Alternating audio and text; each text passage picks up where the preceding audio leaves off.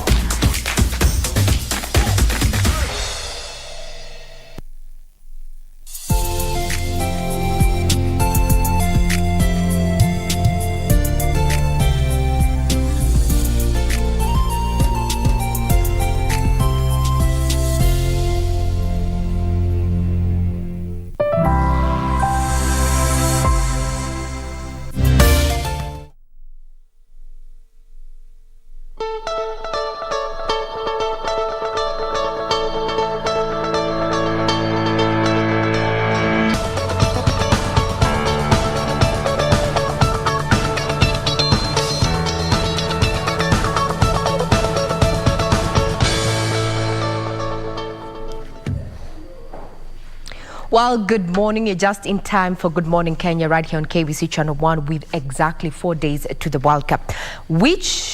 Take a guess, which is the world's most expensive World Cup? You know, it comes on after every year. Now, let me give you the breakdown as it is. The most expensive World Cup in history has to be what is going to be coming up in the next 4 days, and that is the Qatari World Cup. That is valued at $220 billion. After that, we had the Brazil in 2014 that cost a whooping $15 billion. Russia in 2018 cost 11.6 billion. Germany in 2006 cost 4.3 billion shillings. And South Africa, the 2010 one, where we all got disappointed by Ghana, especially their Samoa Gyan missing a penalty there, cost 3.6 billion shillings. So Qatari is the most expensive World Cup yet. We're yet to see others to come in the next 4 years. But for now, $220 billion have been spent to ensure that you enjoy this global showpiece. And KBC Channel 1 is going to be airing 28 matches of the global showpiece, and it's going to also be live across all our radio stations. Good morning once again. You're watching KBC Channel 1 and I am Regina Manyara. Our Twitter handle is at KBC Channel 1. My Twitter handle is at Ray Manyara. In a moment's time, we're going to be highlighting those stories that have been making headlines in the last 24 hours, given that the Cherera 4, just after the August polls, will know their fate. And, there's a lot of talk, especially within the political divide, who want the 4 out of IEBC. So will it happen? And across the borders is that Donald Trump, yes, you heard me right, Donald Trump is going to be making another attempt at the presidency come 2024. We'll be keeping tabs on that as we focus on matters in the headlines. For now, we take a quick breather. We'll be right back.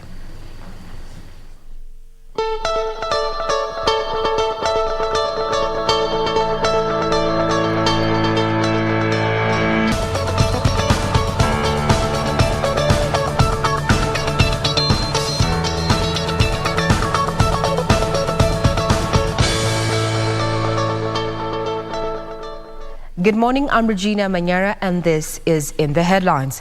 Now, the government will soon engage police officers and members of the public through public participation to discuss the welfare of men and women in uniform in a bid to ensure they carry out their mandate without challenges. Interior Cabinet Secretary Professor Kithure Kindiki says salaries, uniforms and other administrative issues will be addressed as a matter of urgency so that the force works professionally and independently. The welfare of officers under the National Police Service is being treated as a matter of urgency, even as they go on about their duties of serving and protecting the country. Interior Cabinet Secretary Professor Kithure Kindiki says in the next few days the government will roll out measures to ensure necessary changes are undertaken. Tutawauliza maoni yao, tutauliza hata wananchi, na hii mambo yote itatuletea sura mpya ya polisi ambao ni sura ya kutenda kazi, na tutaangalia maswala yote. Professor Kindiki reiterated that the government will not interfere with the independence of the service or order officers to perform duties contrary to their mandate. It's not the intention of government to interfere or ask police officers to perform extraneous roles, especially of a non-partisan matter. We want our police officers to concentrate on maintaining law and order. Acknowledging the security situation in the country, the Cabinet Secretary further noted that resource-based conflicts due to climate change is a matter of concern. There is a lot of movement of especially pastorates, and sometimes they have issues with their hosts in terms of the grazing, and then in the process, some of the farm produce is being destroyed and there are disputes arising from there. Professor Kindiki finally assured Kenyans of their safety, calling on citizens to collaborate with the National Police Service. Now, in line with that development, and as far as matters of security are concerned, well, data from the National Police has already given a list of crime hotspots in Nairobi. Let me just take you through the areas that have been identified. We have the drive-in flyover along Thika Road, the KCA underpass, total exit along Thika Road, Globe Cinema roundabout, Kipanda Road, just next to our offices, Westlands area, Kangemi, River Road, Kilimani, Muthaiga and Lavington. This is a list that has been made public by the police, so be vigilant and try and be your brother's keeper. It is very, it's a common sight that when someone is being mugged or robbed within the CBD, everyone else continues minding their business up until when the perpetrators are, away from reach and nothing can be done, and people come haggling around. What happened? Nini, wamechukua nini, uko sawa? Let's try and be our brother's keeper. Now, we'll keep up with that and also continue collaborating with the security forces to ensure that the country remains safe. Now, still talking about matters security, is that Baringo County Police Commander Adamson Bungei has been named the new Nairobi Police Chief.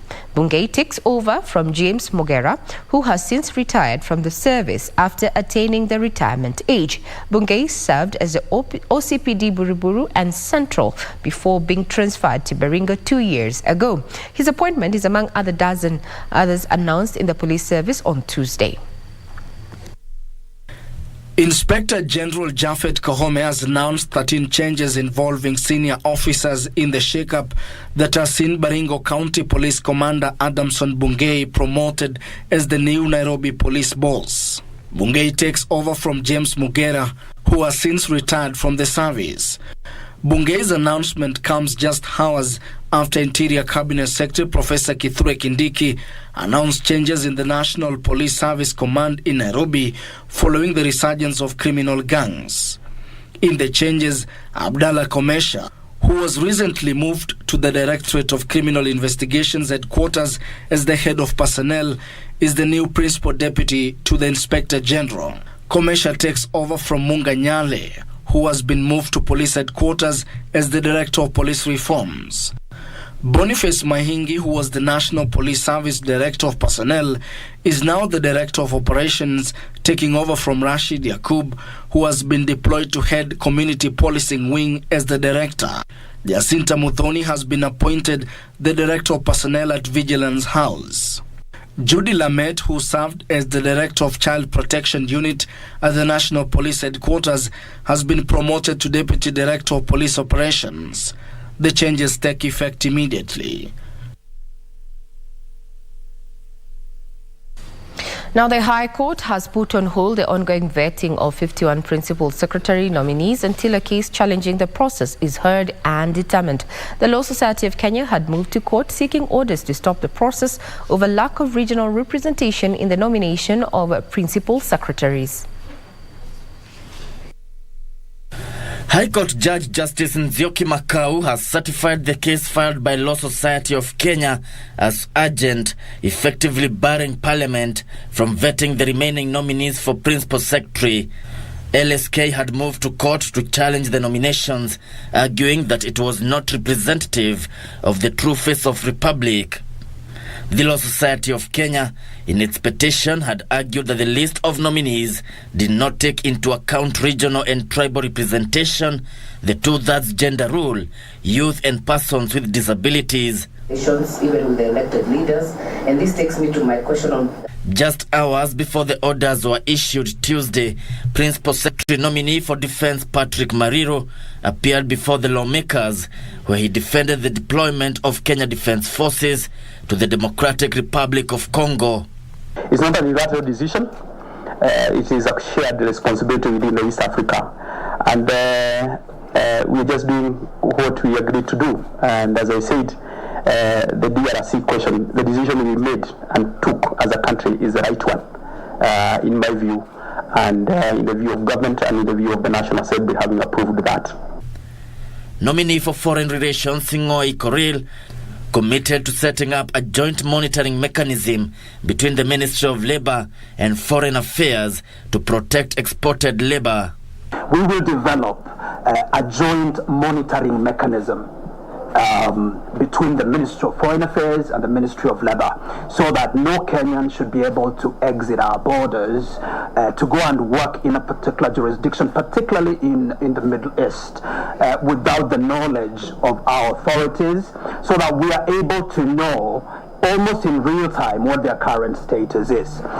Other nominees who appeared before the Defense Committee include the nominee for State Department of Diaspora Rosary Njogu and Abdi Dubat of East Africa Community Affairs.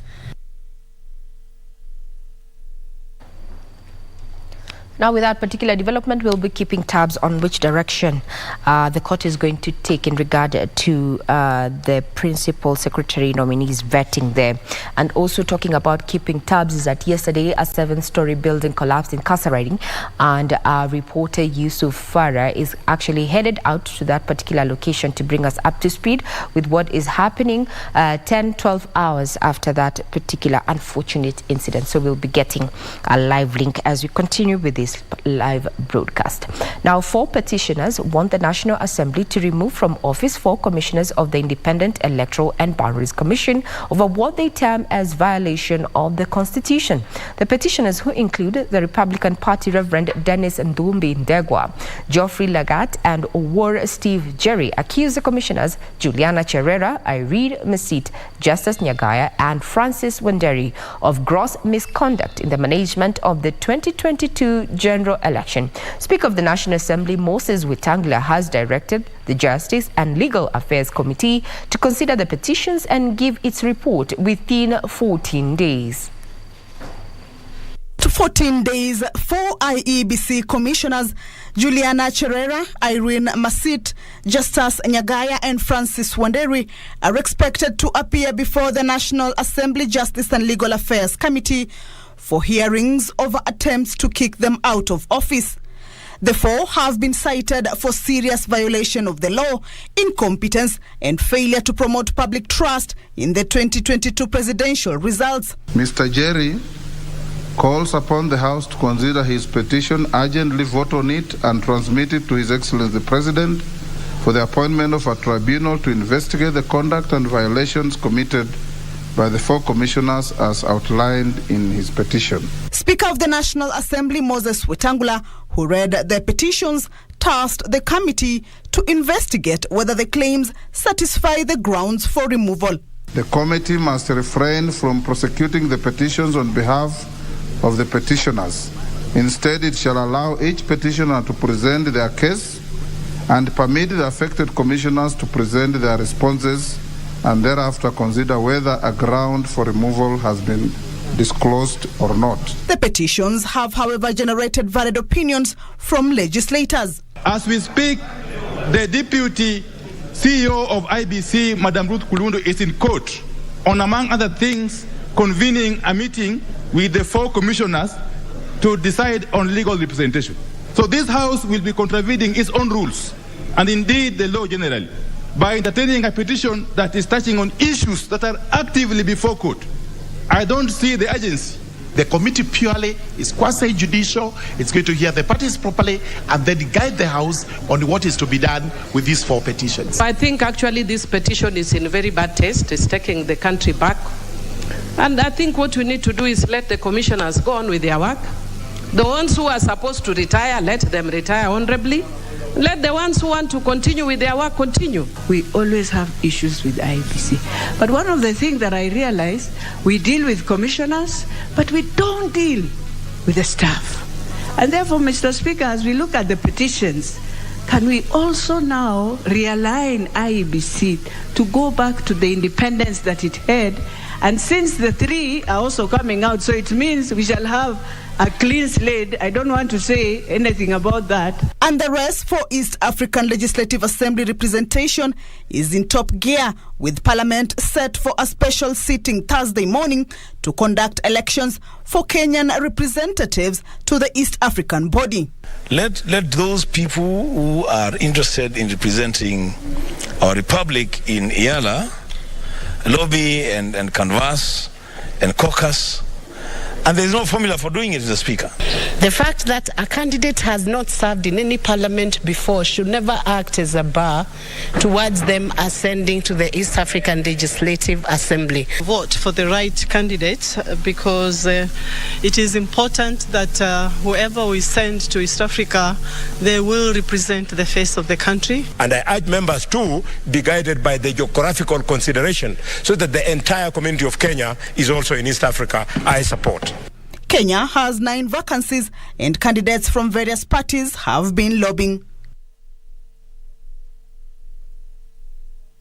That particular lobbying has also found itself on social media platforms with, different factions, especially with political affiliations, having 1 or 2 things to say about those who are eyeing those particular positions. We'll keep tabs on that.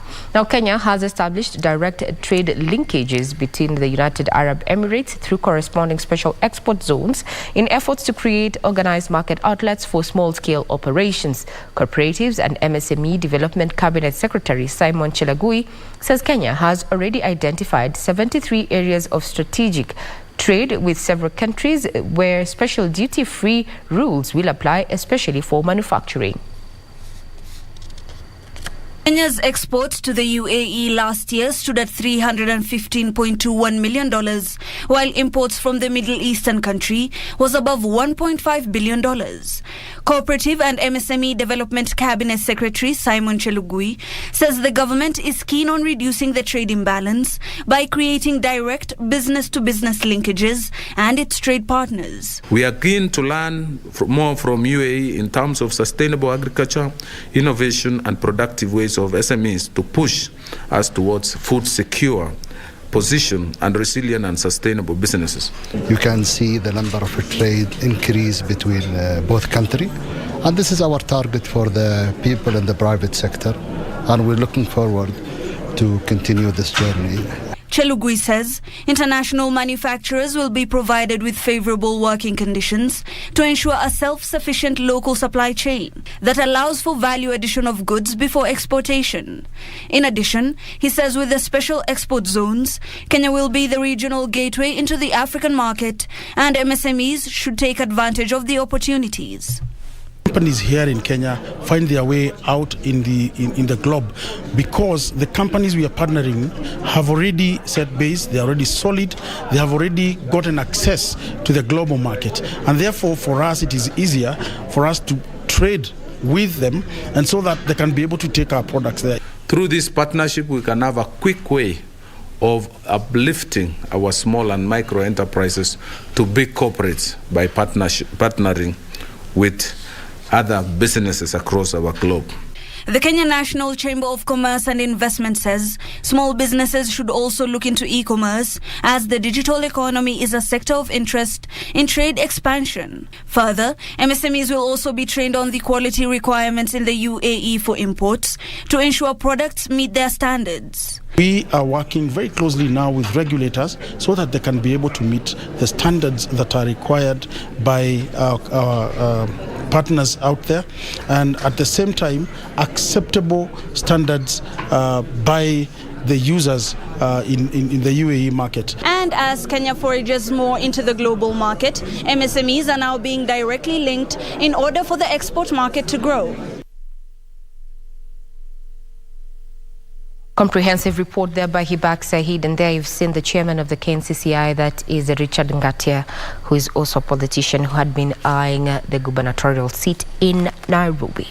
Now, experts have started to draft the COP27 text, which will be presented to member countries for adoption Friday this week. The Africa Group of Negotiators Legal Advisors, says OSAFO, says various aspects of the work remains unresolved, with negotiators agreeing to continue the talks next week in a bid to develop a draft before the Friday deadline. And negotiators are feeling the pressure of delivering a COP27 draft text before the deadline on Friday. And the Africa Group of Negotiators are saying that the text that has to be delivered must reflect the aspirations and the desires of the African continent, because this has been dubbed as a COP of Africa. Participants at the climate change conference in Egypt were getting wary after disagreements on various financing issues threatened to derail the COP27. Some of the countries were threatening to invoke the famous Rule 16, which dictates that any item of the agenda of an ordinary session which has not been completed at the session is pushed to the next meeting, in this case COP28 in Dubai in 2023. However, a last-minute push and concessions allowed technical teams to draft the text, with some contentious issues to be thrust in the coming weeks. There are challenges, because each time Africa comes up with proposal to address the special needs and circumstances of Africa, other countries and other parties also say that we also have special needs and circumstances.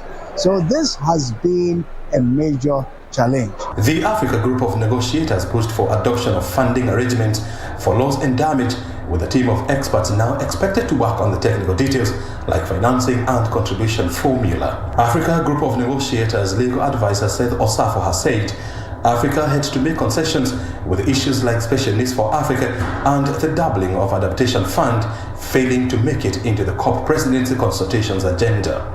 All we are saying is that you made a pledge in 2009 that from 2020 you will provide $100 billion a year to support developing countries to meet climate change challenges. That money is not coming. Another issue that has divided negotiators is whether China and India should be included in the loss and damage agenda, with the West saying that the two countries are big polluters. The focus is now turning to Thursday to see what kind of a text will be presented to the ministers for adoption on Friday. From Sharm el Sheikh, I'm O'Brien Kimani. From Egypt, let's give you a sneak peek of what is going to be happening in Qatar within the next 4 days, where it's going to mark the start of the 2022 FIFA World Cup in Qatar. Now let's focus on our player profile segment. None other, Kevin De Bruyne, is featuring. Now, De Bruyne is a Belgian professional footballer who plays as a midfielder for the Premier League club Manchester City and the Belgium national team. He is widely regarded as one of the best players in the world and of his generation. Pundits have often described him as a complete footballer.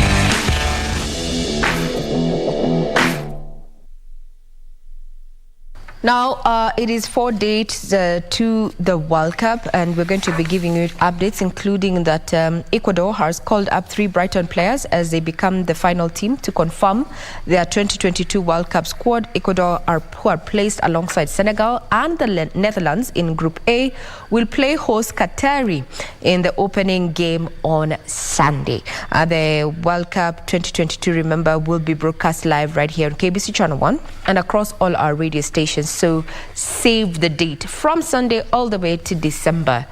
Well, that puts a cap on matters news this morning. We'll be back with what the various dailies have in store for you. Do not go away. World Cup, Eco KBC.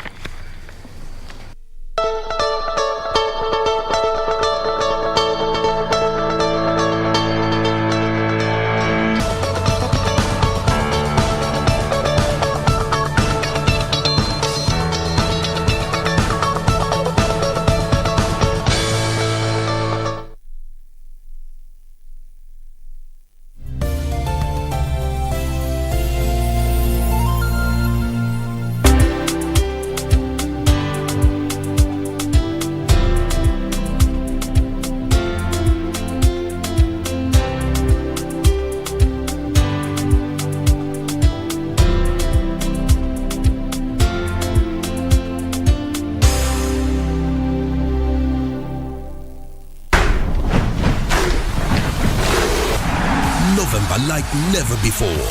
Mouth-watering programs. Maza takes a break, and in comes football extravaganza.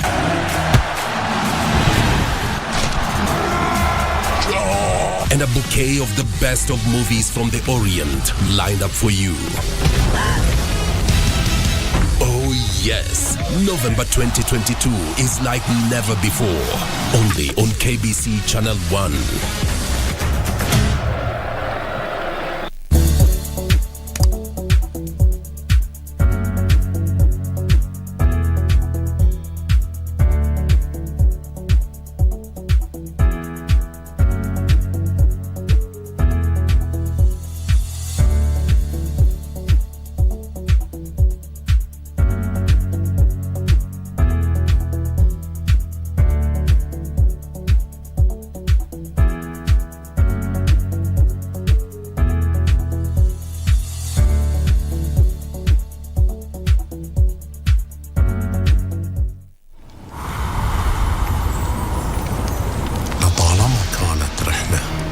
الأسطورة يطوي الليل لتروي لنا القصة تعانق روح من تقابل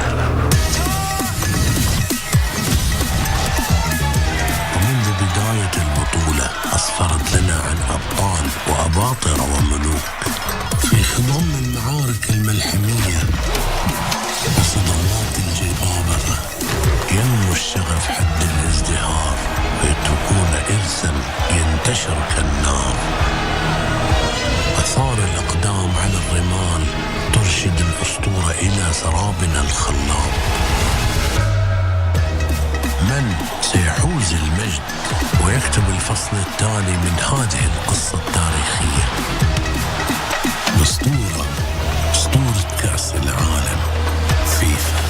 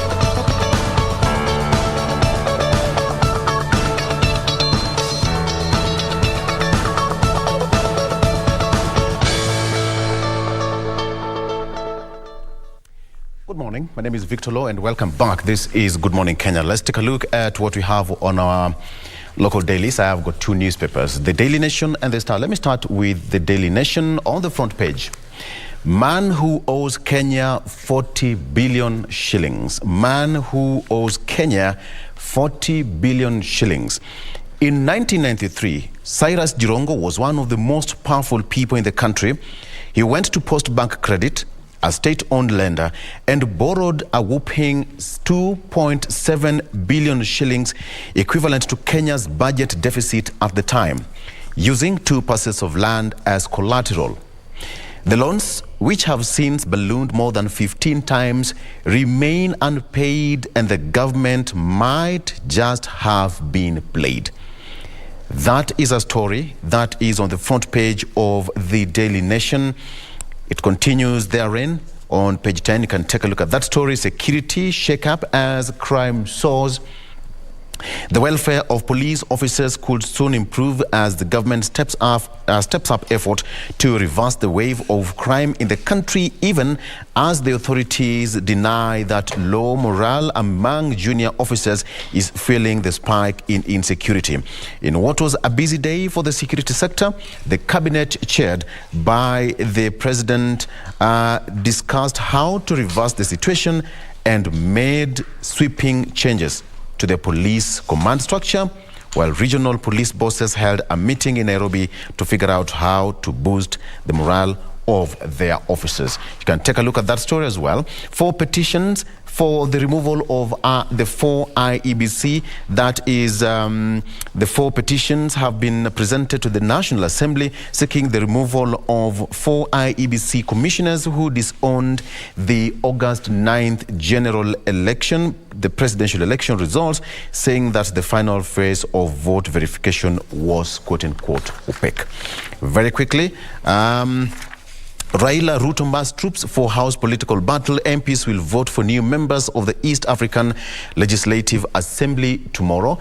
And President William Ruto is today expected to host the 4th Kenya Kwanza Alliance Parliamentary Group meeting, a day after opposition leader Raila Odinga met senators allied to the Azimio la Umoja One Kenya coalition in Nairobi. Now, sources indicate that during yesterday's meeting, Mr. Odinga and the Azimio allied senators discussed plans to strengthen parliamentary oversight and keep the executive arm of government in check.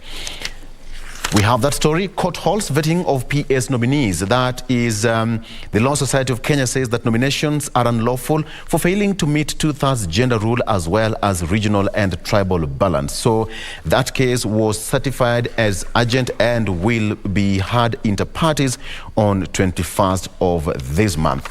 And gets impressed by health volunteers. The philanthropist meets health workers, farmers and leaders in Makueni on first day of trip.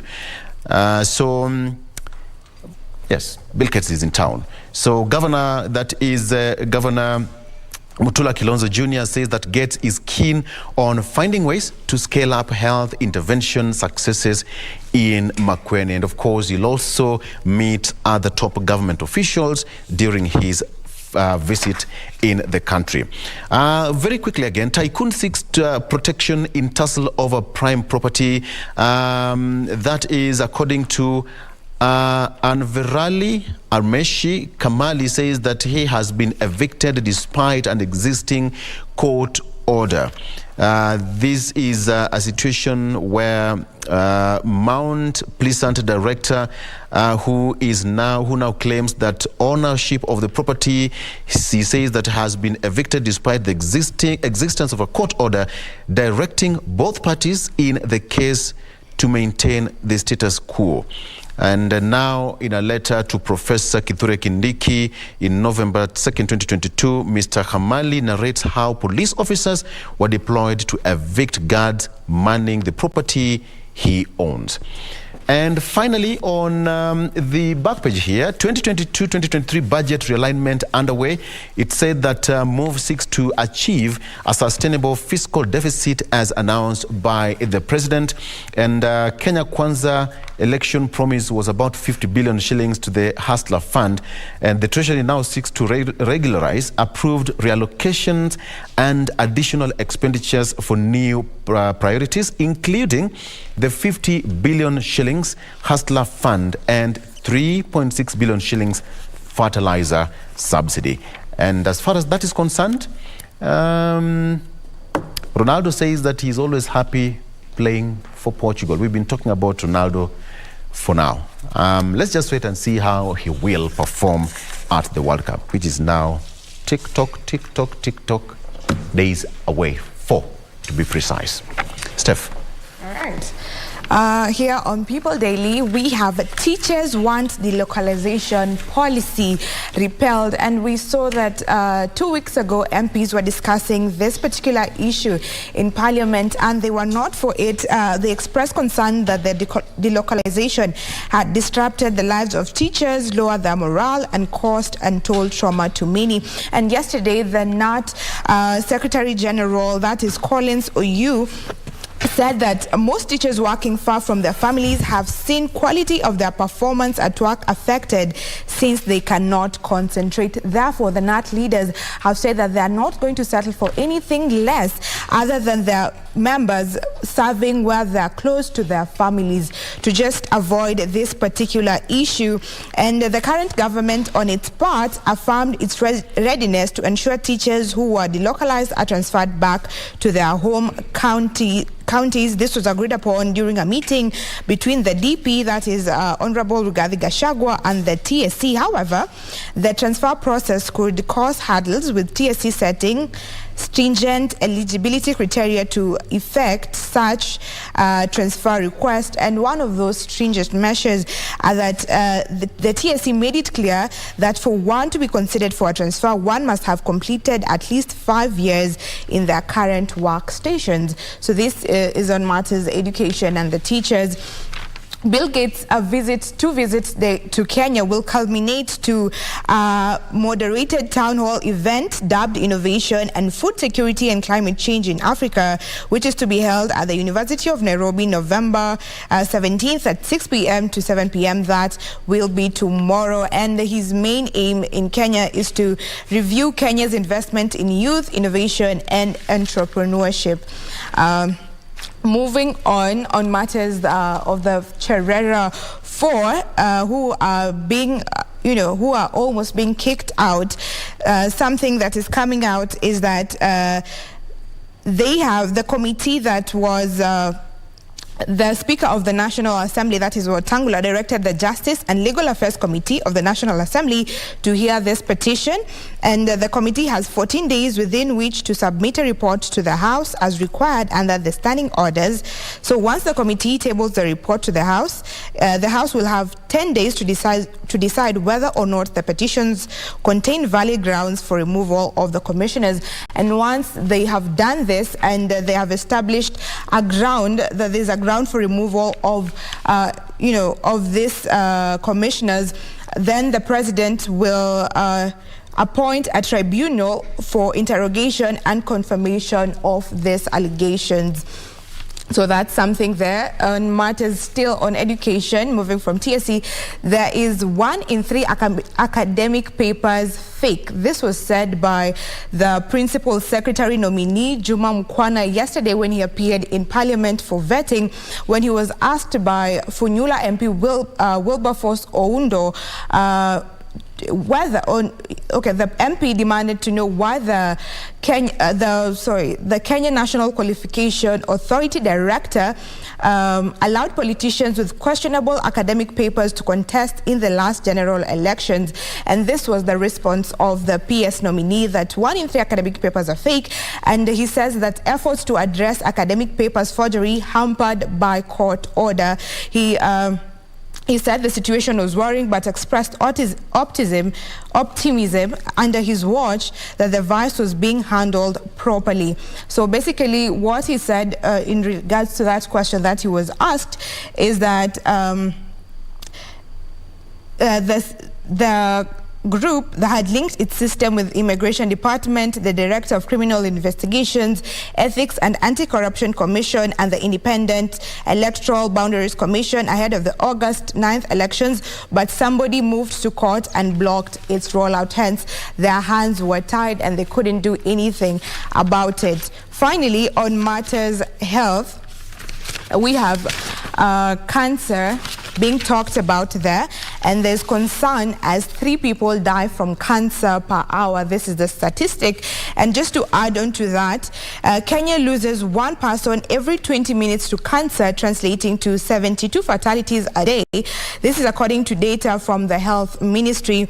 The ministry noted that the total number of fatalities arising from disease was more than half of all cancer diagnosed annually in Kenya. And the data also revealed that 1 in 2 Kenyans diagnosed with any type of cancer succumbs to the disease in the same year of detection.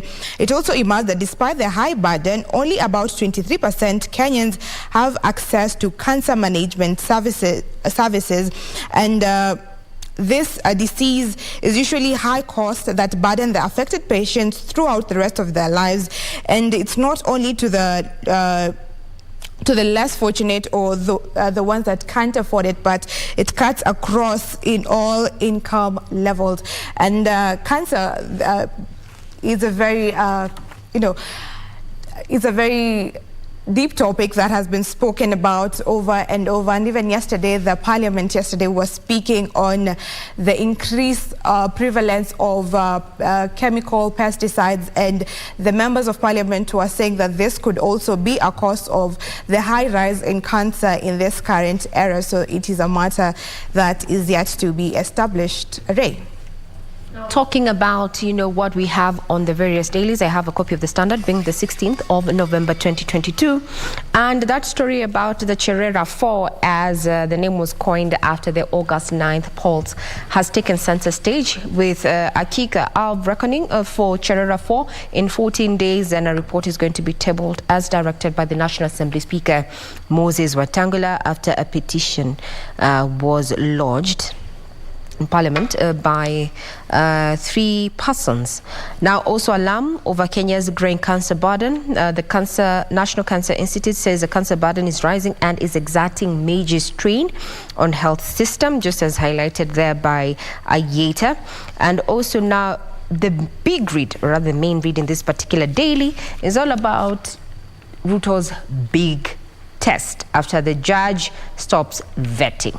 Yes, so the formation of President Ruto's government now is, in limbo, so to speak, after the court temporarily stopped the vetting and appointment of 51 principal secretary nominees until a case is filed by LSK challenging its composition and account of regional and gender imbalance is determined.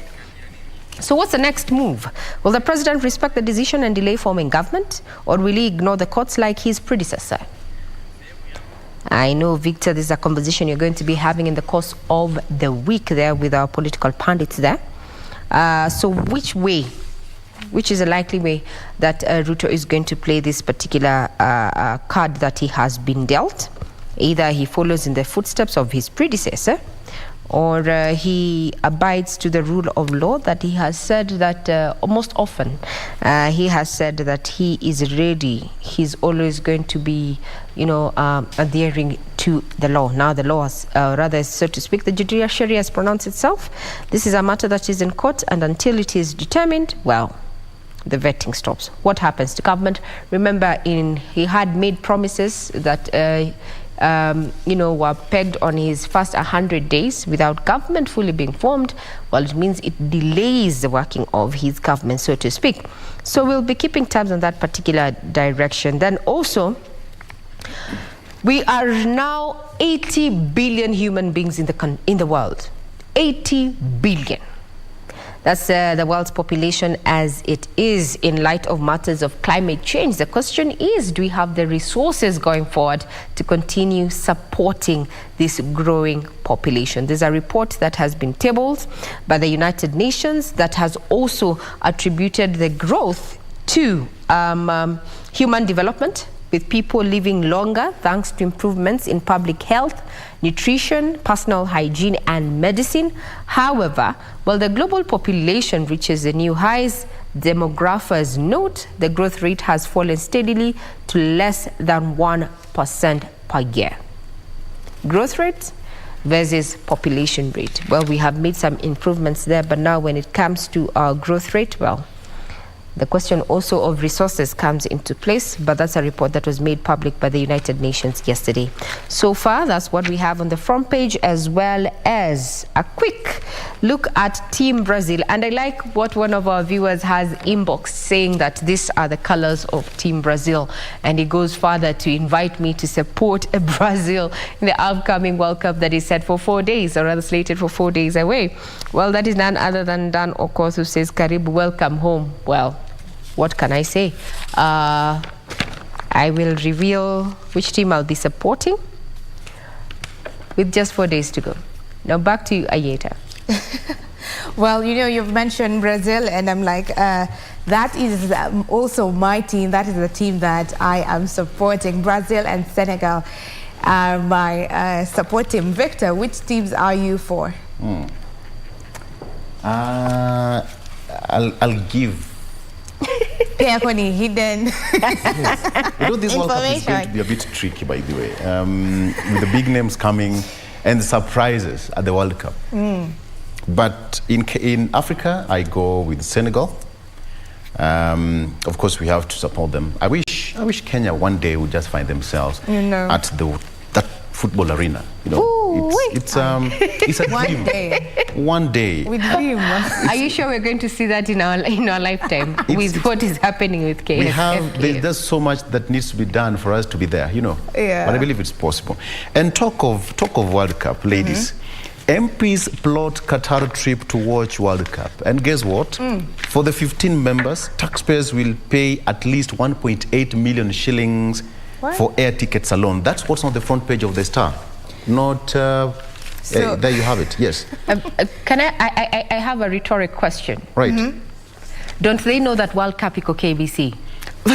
Thank you.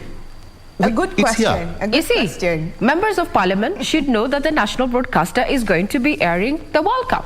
And they should be supporting the national broadcaster and saving the taxpayers that cool amount of money that we do not have. Okay. We're already talking about, you know, borrowing more to sustain our development. Now, they need to stay home, stream and watch from KBC. Let me give you more fodder, Regina. So, Weta, that is now the speaker, is waiting for the approval. Of course, he'll have to approve for the airfare, accommodation, allowances to be footed by taxpayer. The story continues. Yes, the story continues to say that, and of course, the National Assembly Speaker, Moses Wetangula, will also be in the delegation, according to one legislator. The trip, which critics have termed extravagant, comes at a time that the country is grappling with acute famine, with many families at risk of dying of hunger. What you've just said, Regina, why, I mean, World Cup iko hapa. So it's not about the air ticket alone. You can imagine how expensive accommodation is right now in Qatar. Even the allowances. That's a lot. That's a lot of money that we do not need. I mean, World Cup iko KBC, I think we need to like shout more and tell the members of parliament that we as KBC, we as a national broadcaster have the exclusive right to air these matches, save the taxpayers the much needed money. We are grappling with famine, we're grappling with drought, we're grappling with a huge burden. Why do we want to do more? If these particular members of parliament were actually playing in the World Cup, would have no problem. Yeah. Would we? Good point. But as far as I'm concerned, I'm not seeing them in the team here. There's none. So they should just relax. We bring the matches to them. Mr. President, we need to do something. This is not something that needs to be. And remember, the president said that it is going to. It's not priority. It's not. The president himself said that he's going to reduce foreign trips and travels. Yeah. He should start with this one. Let's go back down memory lane. In 2018, when Kenyan MPs went to Moscow for World Cup. Now, let me give you the figures. In 2018, 20 Kenyan MPs traveled to Russia to watch World Cup. 14 members of the National Assembly went. 6 were senators. All right. Parliament defended the trip, saying that it would give MPs first-hand experience on hosting international tournaments. 8 million shillings was spent by Parliament on air tickets alone. 86,200 was per diem for MPs per day. For one MP? For one MP. They were 20. And here it is. A hotel was charging 800,000 shillings by 5-star hotels in Moscow per night for the MPs. My. Look at that figure. Way back then, 800,000 shillings per night. 20 MPs. Do the math. That's a lot of money. Considering that Ray said that, you know, when you started, you said that this is the most expensive World Cup that there has been. So I'm imagining that the expenses will even be higher compared to 2018. So how much will the taxpayers pay for this? Yeah. How much will it cost Kenya? What happens to supporting the national broadcaster? This is a high time that members of parliament did so. Let them stick to their homes or their places of entertainment. KBC is going to be sorting them out. Remember, Harambee Stars has been banned. That is our official Kenyan team. Harambee Stars have been banned by FIFA. Then we have, how many members of parliament again are intending to go to Qatar to watch the games? Victor, as per the article? Sorry? How many members of parliament want to... So far, they say that it's at least 15 MPs. 15 MPs yes. who are going to cost... And parliamentary staff. And parliamentary staff. Oh, yes. God. Well, so okay, what's the purpose of actually going to watch the game? To benchmark. On benchmark? How to, yes, to benchmark we on how have to host failed at reviving our local football, but we want to go benchmark on the World Cup. Can we all be serious now? Let's prioritize, you know, things that are of benefit right now. We are grappling with issues of insecurity, even within the CBD. We're dealing with the issue of starvation in the 21st century. We're dealing with matters of climate change. We're talking about the current ballooning debt. And now we have members of parliament and staff who want to go benchmark on the World Cup that is 4 days away, costing taxpayers billions of shillings. And yet the national broadcaster is going to be airing these matches. I mean, let's use our powers here and ask the National Assembly Speaker not to approve this. Indeed. Let's need use it our right powers now. here. These are it's national actually going to be very insensitive. It will be live here. In the next 4 days, KBC will be showing all the matches for free. Yes. So, Mr. Speaker, you are here last week but one. Kindly don't approve that. Someone needs that money. Exactly. And you can share with us your thoughts at KBC Channel 1. Yes. Be different. At least be different. Deny them that opportunity, because it's here. The national broadcaster will show those matches from the first one until the last whistle. And the question is, Victor, yes, is it among the list of the government's priorities? Is it a priority? Is it a necessity? Is it going to add value to Wanjiko? Is it? Personally, I don't think it will. Isn't. Yeah. It won't. This will be very insensitive at a time when people can barely afford 2 meals a day. We forgot about the 3 meals. People are doing 2 meals a day.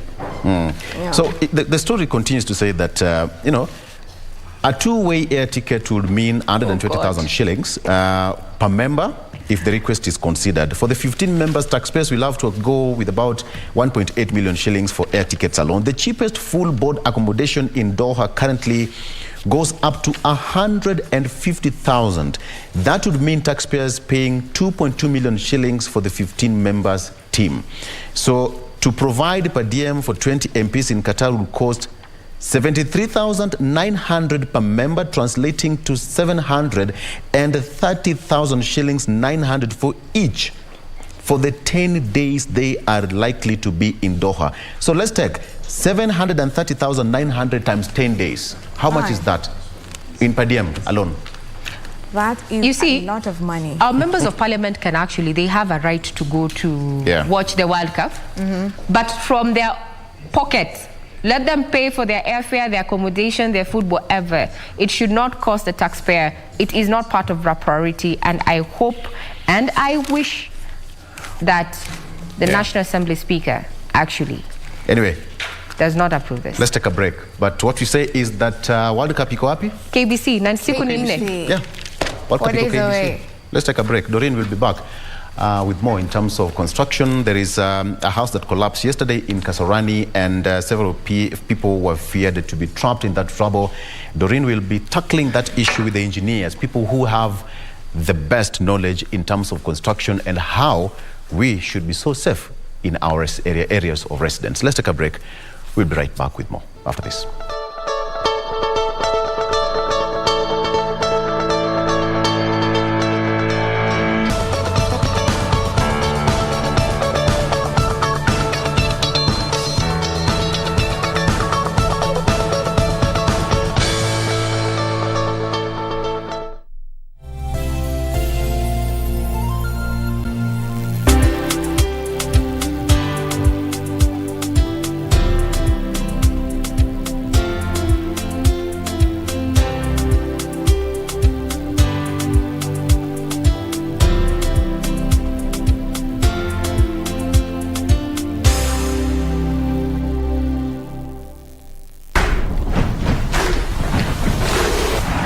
November like never before. Mouth-watering programs. Maza takes a break, and in comes football extravaganza.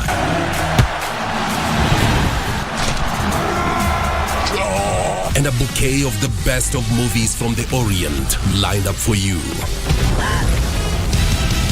Oh yes, November 2022 is like never before. Only on KBC Channel 1.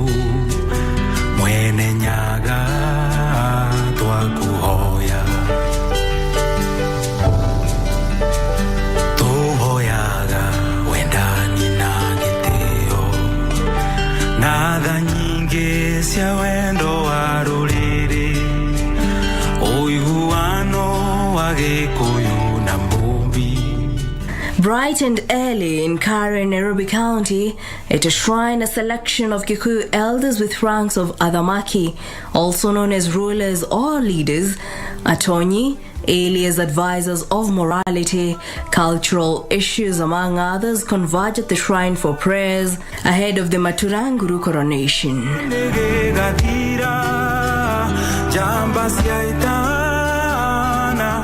Njathiwa Mbatia is said to attain the highest rank attainable by Kikuyu spiritual elder Maturanguru. Mzee alikuwa ameteuliwa wa mwisho, aliteuliwa 1946 na alikuwa pia mzee mkongwe, na wakati wake ukafika akalala na mababu. Tumempatia heshima, tukamuinua kutoka chama ya Matadi ile mimi niko, tukampatia Maturanguru. Utoiture na mrofi waku na niguo wamukire mahoya maito thaida thaiagaithai. Once the group completes prayers,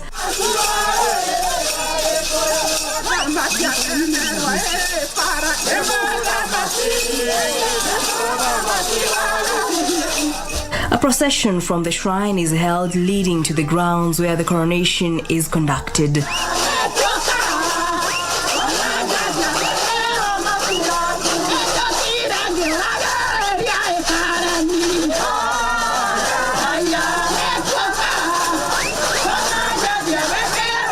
The ceremony is filled with pomp and color as men and women adorned in traditional Kikuyu regalia converge to witness the rare event of promoting a spiritual elder to the highest position.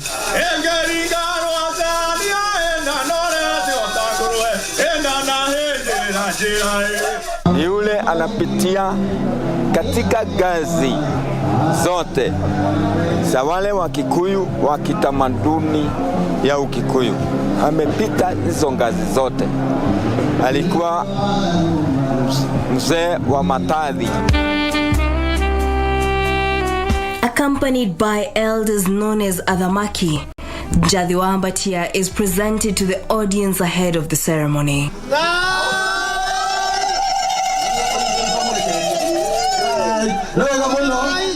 Tunakaribisha hiyo mgeni anaingia. Song, dance,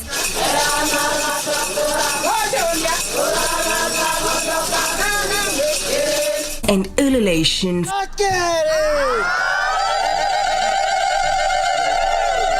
fill the air as Mbatia prepares to be crowned.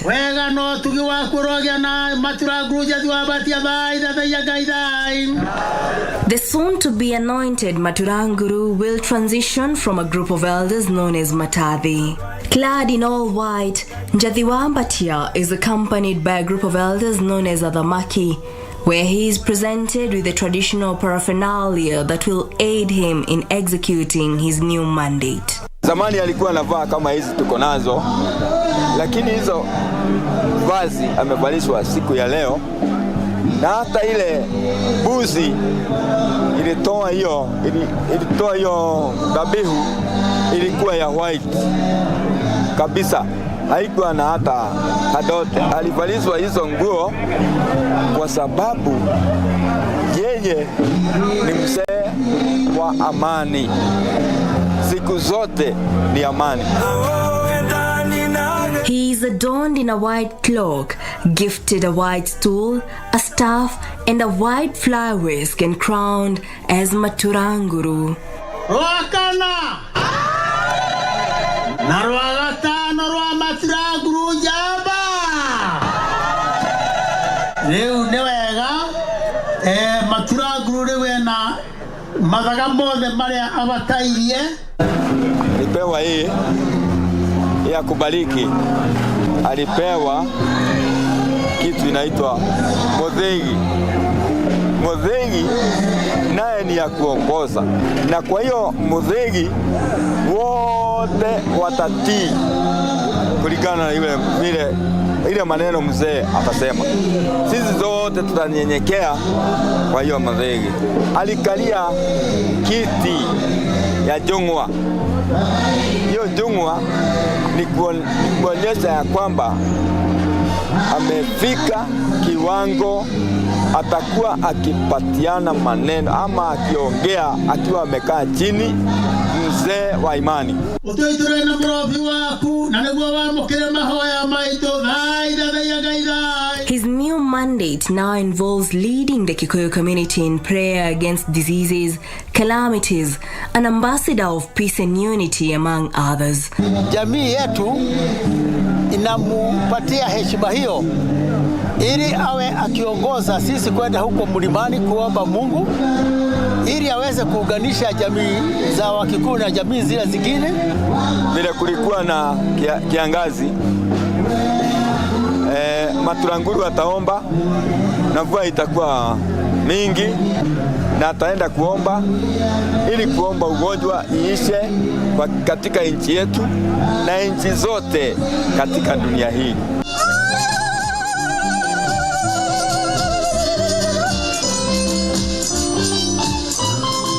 On his part, Maturanguru Njathi wa Ambatia was elated over his new role after completing the rites of passage of the Kikuyu man, namely Hako.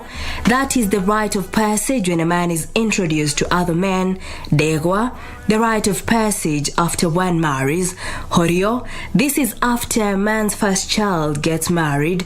Matavi, who is an elder, to his new position. Today I feel very elated. It feels like I've been reborn. I will lead a team to Mount Kenya for prayers. We've been there severally and will head back to pray for the country as well as the COVID-19 pandemic. In the past, people used to pray. I think I will execute my duties to the best of my abilities in partnership with other elders so as to unite our community to become one before God.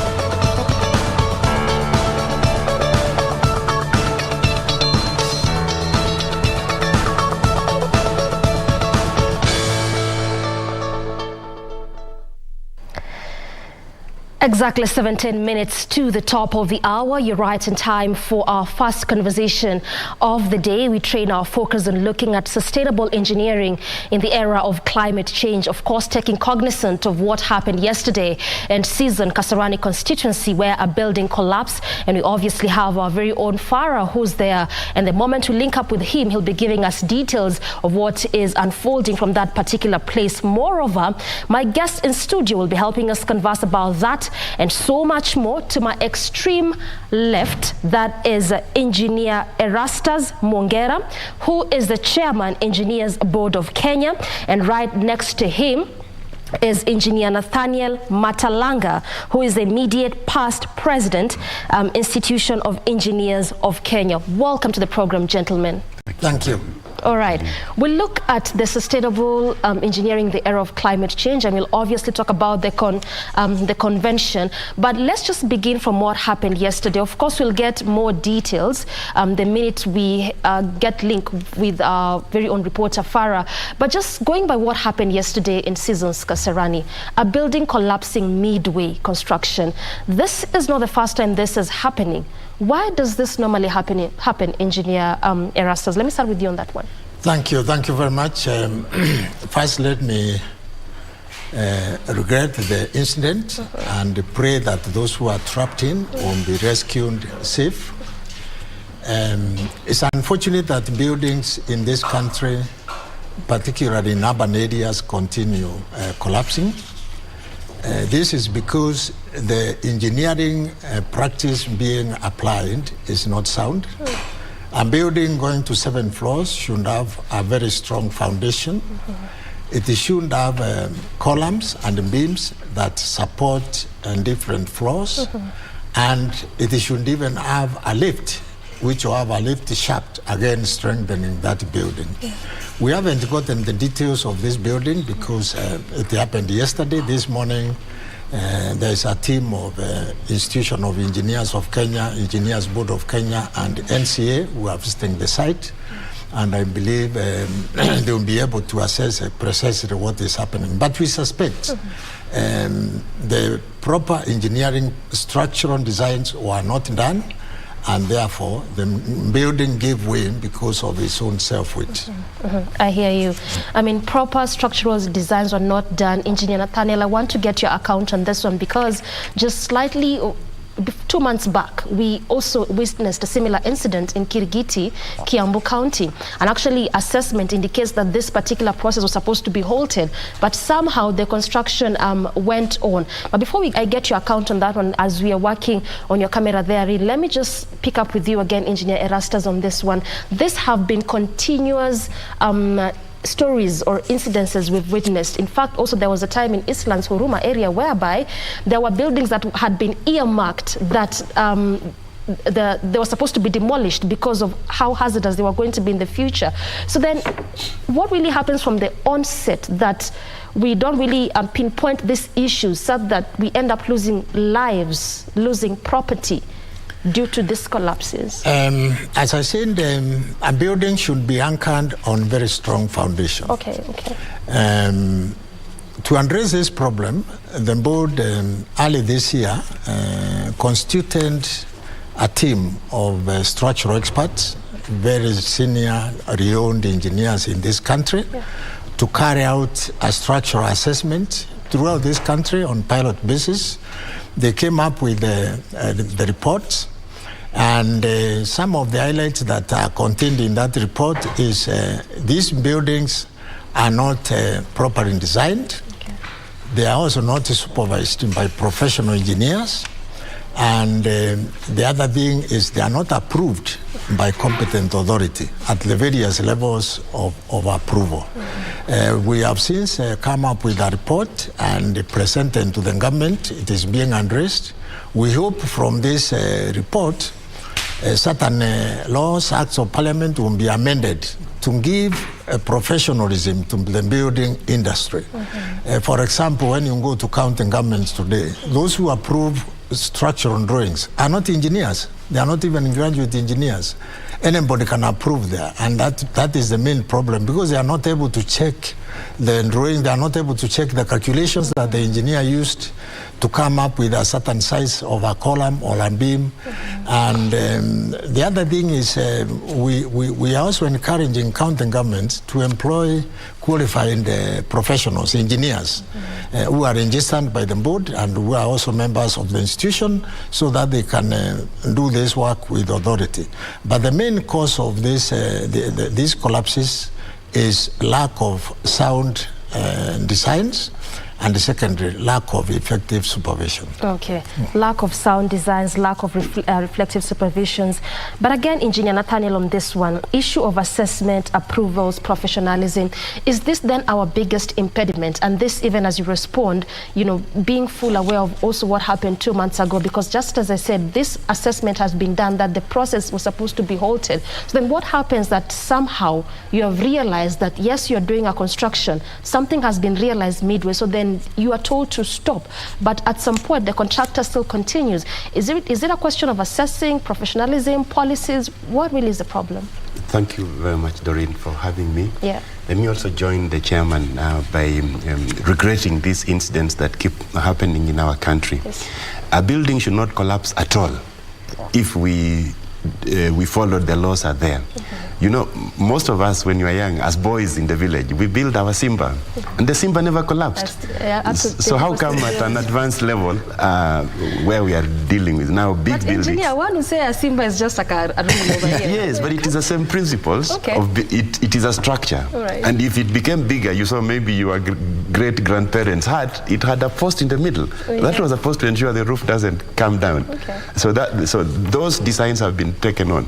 The major reason why buildings are collapsing, and we have regulatory enforcement agencies. We know we have the National Construction Authority, we have the county governments that are supposed to provide enforcement, so that when buildings are being done or structures are being done, they are done properly and they should not collapse.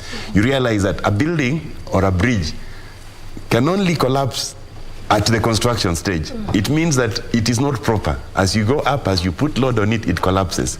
So you can say maybe on the inside, it's even better that it collapses during construction, because it was going to collapse now. If it didn't collapse it will have collapsed eventually, and maybe when the building is occupied. So the main reason why buildings collapse, as the chairman has said, is lack of appreciation that a building is like a manufacturing entity. So you need to have some quality assurance standards. You need to ensure that the materials that are used, starting from the construction of the foundation, and the only way you get the size of these materials is to have the structure designed. In Kenya, the law is very clear that for you to do engineering work, you need to be on the register of the Engineers Board of Kenya. And that register is available to the public. EBK has a website where it publishes their registered professionals. Every year, they actually gazette these professionals in a special gazette notice. What has happened, and every time it's unfortunate that we hear a building has collapsed. In the clarion call, NCA has been there and it has marked it. In this latest collapse, the NCA have said they have been there several times and said issued stop notices. Why are the stop notices not being enforced? Because you and I know corruption. The guy goes behind and the county government in every sub-county, in every area where the construction is happening, they have an official there.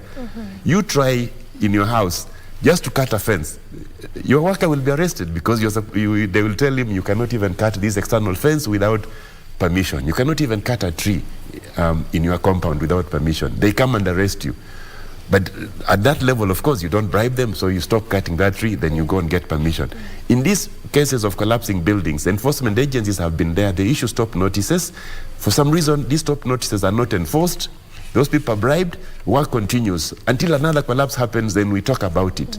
So unfortunately, this regulatory authority, starting with the National Construction Authority, the county government enforcement agencies, unfortunately, as chairman has said, the law was changed some years back.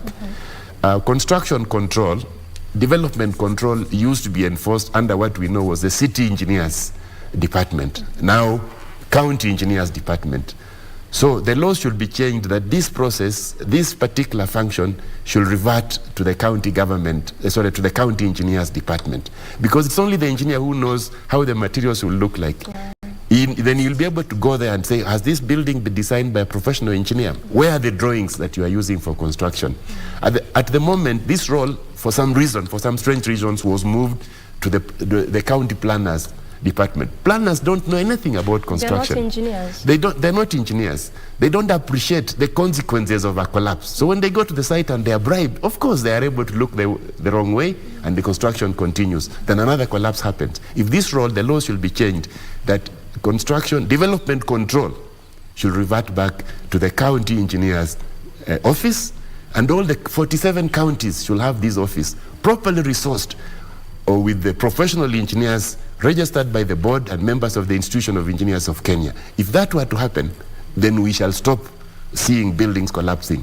The other thing is that these departments, in addition to creating them, they should be properly resourced with professionals, with the means like vehicles to move around and carry out their policing role that they are supposed to provide. This development control, planning approval is expensive. You know, when you go to the county government, you want your building approved, you pay money. So this money should not be used to pay salaries for other people. It should remain in that department to ensure that we stamp our authority and we stop the process of building collapse. From where we sit as the Institution of Engineers of Kenya, if this were to happen, you will stop hearing of the building collapsing in this country. If we're engaged more. If this process were to happen, that this role reverts to the county engineers in every county, then you will not hear of a building collapsing. There will be few maybe, but you'll be able to trace them. What's happening now, the building is collapsing, the developer is greedy to continue his construction, so he bribes these planners who go around to carry out the enforcement role. When they look the other way, as I said earlier, they don't know the consequences, how the materials should look like. So they let the construction continue. NCA is supposed to, once they issue their stop notice, it's supposed to copy that stop notice to the Engineers Board of Kenya, to the police, so that the police is mobilized. But what happens? Everyone looks the other way, and then NCA goes, oh, we were there, this particular collapse, we saw cracks. Yesterday in the morning, you could see the columns that the developer, who we have been told was not even using a registered contractor and a registered engineer, was telling his workers to go plaster it. Okay, I hear you. I hear you. Yes, I hear you. Thank you. And I want to pick it up with you on this issue of from the top leadership. But before I get to do that, Engineer Erastus, I just want you to sort of like chime in on that one, particularly when it comes to developers, because it's so much to say about engineers and contractors. But also on the other side of the coin, do we also have this poor problem emanating from developers, whereby one would think it's really quite expensive to engage services of an engineer, services of a contractor for approval. So then let me just use any dubious ways, because at the end of the day, I want to develop this building for my own benefit and gain. Do developers also have a big role to play in this one? Yes, thank you very much. That's a very important question. We all know that cheap is very expensive. And what is happening with the developers, they think they are saving money, but they are losing money. If that building of yesterday, for example, the developer wanted to use 20 million for sake of argument, and is using dubious people, you hear the contractor is not registered, there is no engineer, and so on, then the whole 20 million goes down, or 18 million, or whatever the figure. But if this developer decided to use a qualified structural engineer, out of 20 million, maybe you pay 15% consultancy fee of that amount. So you get a building of 20 million where 18 million will go into construction, 2 million will go into supervision. And the building will stand. We are also blaming the bankers because they give loans based on maybe title and so on. We're encouraging them to check and see that these buildings have really been properly designed and stamped. And the way to do this, the board has put mechanism for engineers even to prove themselves. For example, every engineer is supposed to have engineer's card, like mine here, which you carry. If I tell you I'm an engineer and you tell me prove, I'll produce this card from my pocket. I can use it to borrow money in the bank and so on, and show whoever want to engage services of an engineer, every professional engineer. And I can also see Engineer Nathaniel removing his. Yes, quite important. just to prove, yes. Prove, yeah? Secondly, every engineer, professional engineer and above, has been given an engineer's stamp. Okay. This is a stamp unique to yourself, just like any other stamp. But when you press it, it gives you a name. It gives you a category, like I'm a consulting engineer, it will say Engineer Rasas Mongera, consulting engineer, number F1973. That is my number at MBK, I mean at the institution, and E133 at the board. At the board. So that is again another identification. We have also come up with the engineers' scale of fees, which are supposed to guide the developers on what to pay an engineer, because again, you don't want free services. You want to invest and get quality of your work. If you look at some of the buildings that were done properly, some 20, 30 years ago, they are flats, they are occupied, and they are sound, no crack, because the developers used engineering practice. So we are encouraging them not to go cheap, just to apply professionalism, let them look for engineers. If they don't know them, let them come to the board. We shall give them qualified engineers. And also bankers, when they are approving these loans, let them ensure that those buildings will stand when they are built. Yes, I mean, you've just said it, and this has really refreshed my memory. It's so difficult to witness a building that was done even 50 years ago collapse. This was done 5 years ago, 2 years ago, currently being done that are collapsing. So it really looks like there's quite a lot of loopholes that we need to be sealing, if at all we need to be moving in the right direction. Yes. At the end of the day. Yes, yes, it is true. The people have relaxed, as my colleague here said, laws even at the county level and so on have been changed. Institutional arrangement of approval have been diluted. And these are things we are saying they should go back to be done properly. That report I talked about has mentioned all these things, that they should be done properly.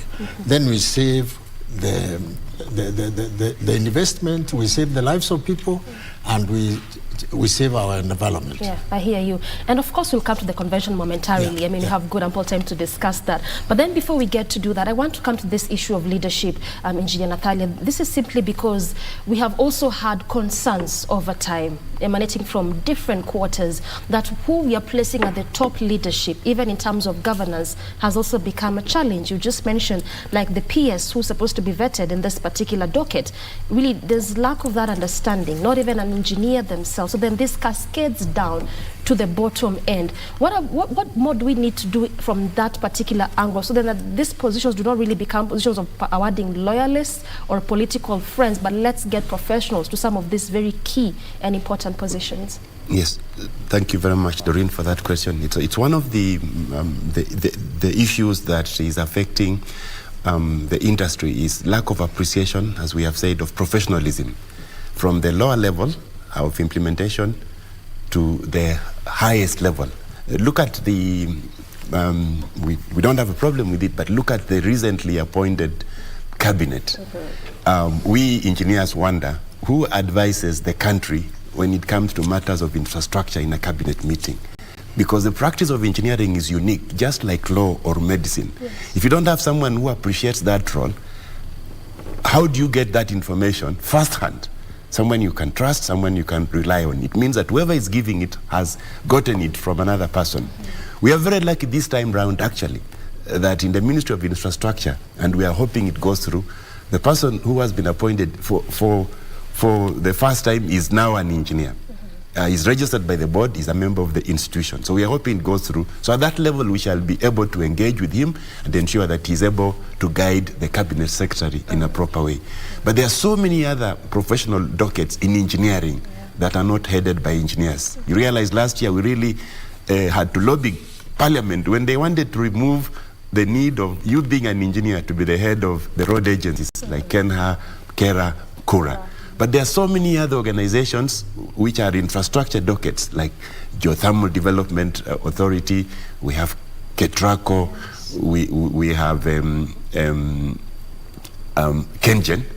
These actually, the top leadership, they perform engineering functions. So we're expecting that the proper legislation should be put in place. And we're willing to advise Parliament, we are willing to advise MPs and the Senate to guide them that the country will only move forward in a sustainable way if we are able to appreciate professionalism. There is no day in this country that the CJ will not be a lawyer. That we seem to appreciate. The Registrar of the High Court, actually true. We seem to appreciate. But now when you talk about the head of Ketraco, we don't seem to appreciate that this is an engineering role, and that person can only be an engineer. And then what you talked about, even away from the government, the national government, whom we are saying that please appreciate and appoint an engineer to the cabinet. We are lucky among the PSCs, there are some engineering nominees who will give this country direction. But now we come to governors, county governors. The governors appoint CECs, and you can see that the CEC in charge of infrastructure, the CEC in charge of water, the CEC in charge of public works. You realize that sometimes these people are not engineers, and therefore they're not able to oversee a docket to deliver a service to the people. All right. So we are willing and ready to advise the top leadership from the national government to the county governments to please embrace professionalism. It's the only way that this country will move forward in a sustainable way. Otherwise, what we are doing, the guy who was developing the building that collapsed, there's nothing sustainable about him now. He lost everything. I can imagine. And he took us back. All right, Yeah, all right. thank you. I hear you. I just want us to take a very quick breather. Of course, when we come back now, we look at the convention and these sustainable ways that now we can employ moving forward. Time for that breather. We circle back with plenty more of this conversation. Stay with us.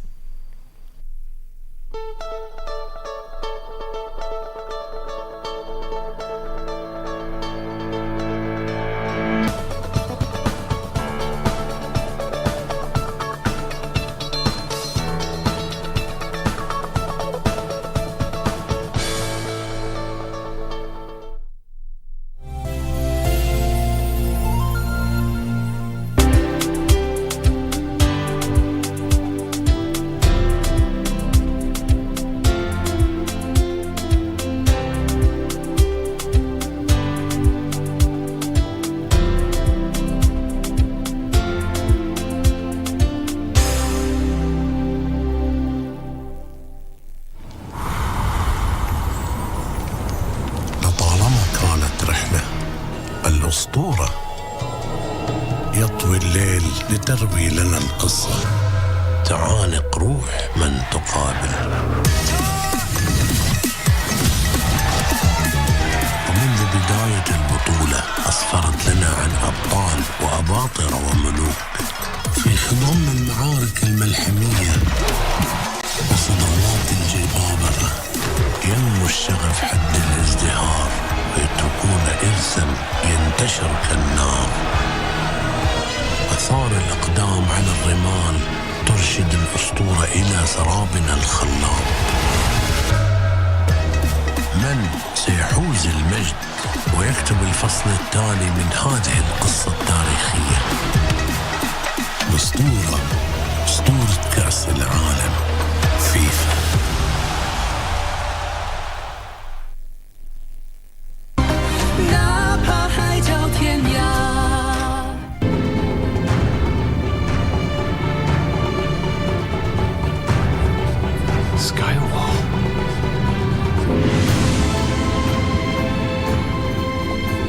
Elliot, you hear the bell as well? Hey, what are you doing? I want to put my disguise on. After all, he knows me as his disciple Echo. He won't recognize me as a girl.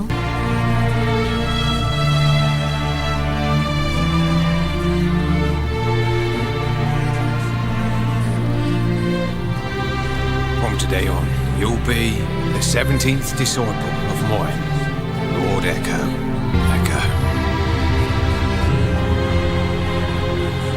Come and let me see you.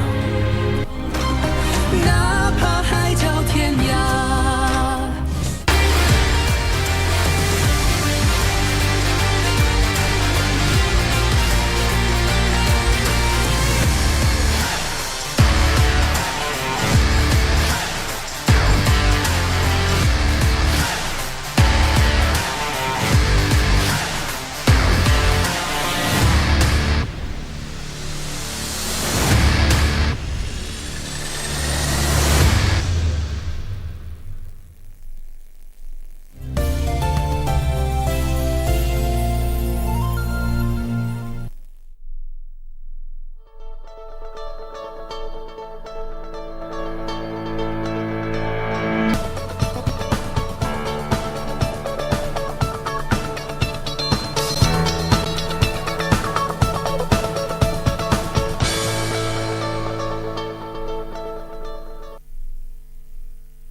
Welcome back to the program, and we obviously appreciate your valued company. We continue our pace with our conversation, still tackling issues of sustainable engineering in the era of climate change, still holding court with my guest. To my extreme left is Engineer Erastus Mongera, Chairman, Engineers Board of Kenya, and right next to him is Engineer Nathaniel Matalanga, immediate past President, Institution of Engineers of Kenya. Let's just continue this conversation, and I want you to finish up on that particular point when it comes to top leadership and having people who are professional in that regard, so then it cascades down to the bottom end before we get to Engineer Erastus on the scene.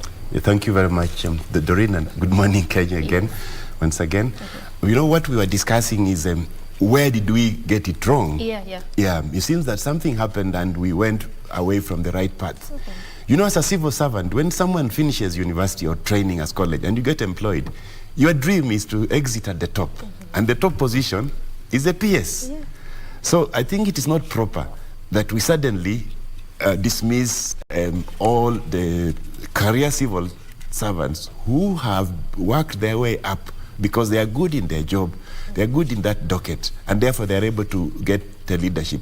We talked about the CJ, for example. Yeah. It is not possible just to go and assume you are a CJ unless you have been a lawyer, you have worked in government, Attorney General's office. You cannot pick a journalist as a CJ. You've worked in the AG's office, a state council and everything. Then that person at some stage becomes the CJ.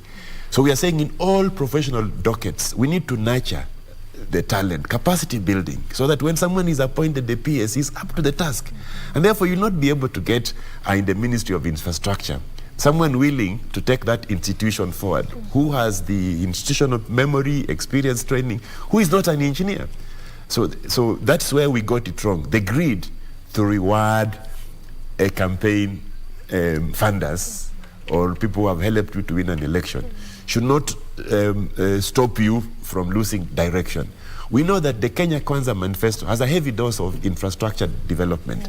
And for this to be realized, for this country to get value for money, we need professionals to be at the helm. You saw the CS releasing to you journalists the dossier on SGR. How many of you understood it? We need professionals to explain exactly. to But us. engineers, we have always known this information. We unfortunately lacked the avenue to share it and ensure that it's implemented. We Wait a really, minute. So what looked like something new to the country? You were privy to this. of course, we knew because we saw the construction of the SGR. We also saw the construction of the expressway. We don't have a problem with those projects. Very good for this country. They're moving the country forward. Our main challenge was how are they being implemented without involvement of the locals, because we need to build capacity of local contractors. We need to build capacity of local engineers so that they are able to do another project, and even they are supposed to maintain these projects.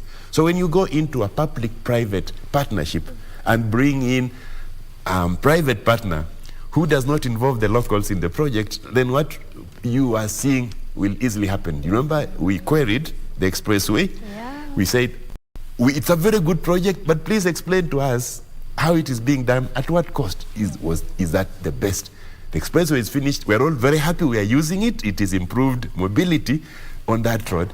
SGR also was finished. It improved mobility.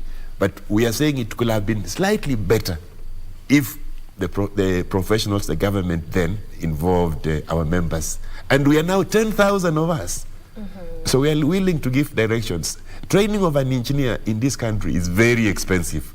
So it is sad that we invest money in the training of an engineer, take him through university, and these are the A students. These are top-notch. They are in there. Most of people, you know, when the results come out of primary school and secondary school, people will say, I want to be an engineer. Yes. Yeah, so you take that person who has very high ambition, spend a lot of money on him, training him as an engineer, and then now you don't give him a job.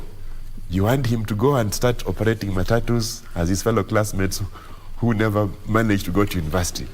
So we need to nurture this talent and ensure that all graduates from our universities, and every year we are producing 1,500 of them. Of engineers. It's a small number if you look at the population of the country. We should be able to provide jobs for all these people to be able to take this country forward. We at the Institution of Engineers of Kenya, we're now also participating at an international level. I'm a member of the Executive Council of World Federation of Engineering Organizations. And at that level, we've lobbied our international partners to accept to mentor the Engineers Board of Kenya to try to sign up the Washington Accord. When that happens, the board will be able to assure the world that whatever is happening in our engineering education, in our engineering practice is up to international standards. So our engineers should be able to do the SGR and expressway.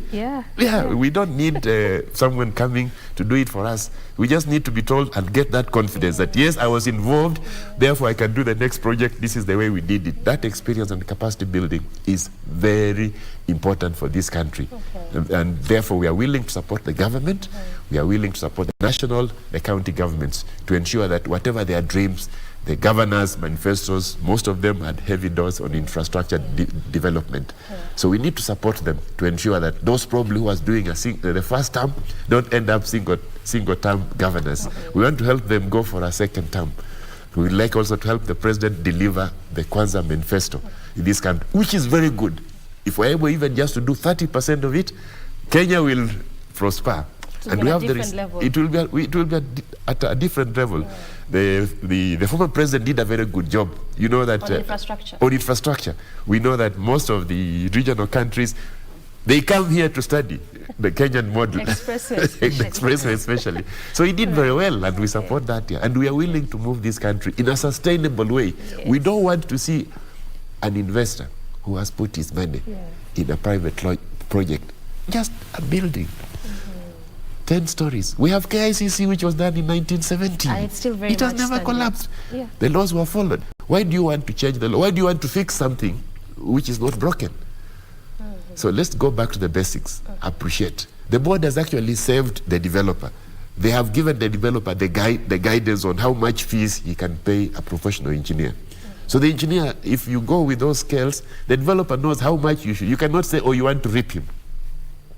But if you now want to go and pay someone cheaper than what the board is recommending, of course you are going to be ripped yourself by losing the whole of your investment, like happened yesterday. I hear you. And you've mentioned something which we'll pick up perhaps almost at the tail end. This is the issue of local human resource. Why? Because it's also a matter that the CS Road talked about, particularly when he was being vetted, how we can perhaps incorporate that. But before we get to that, Chairman, I also want to get your account on this one, because we have talked about, and we can keep saying this over time, back then they were called permanent secretaries, and this was the highest level of civil servants, simply because they were well experienced, vast with knowledge. So when you put them at the helm, then it becomes easier to even cascade down that kind of knowledge and experience to the bottom leadership. So then what more can we do to sort of like change and shift that structure? Because then it looks like sometimes the problem actually emanates from the top leadership before you even look at what is happening at the downscale. Thank you, Sophia. First, let me take this opportunity to thank His Excellency the President for nominating 2 engineers at the level of Principal Secretary.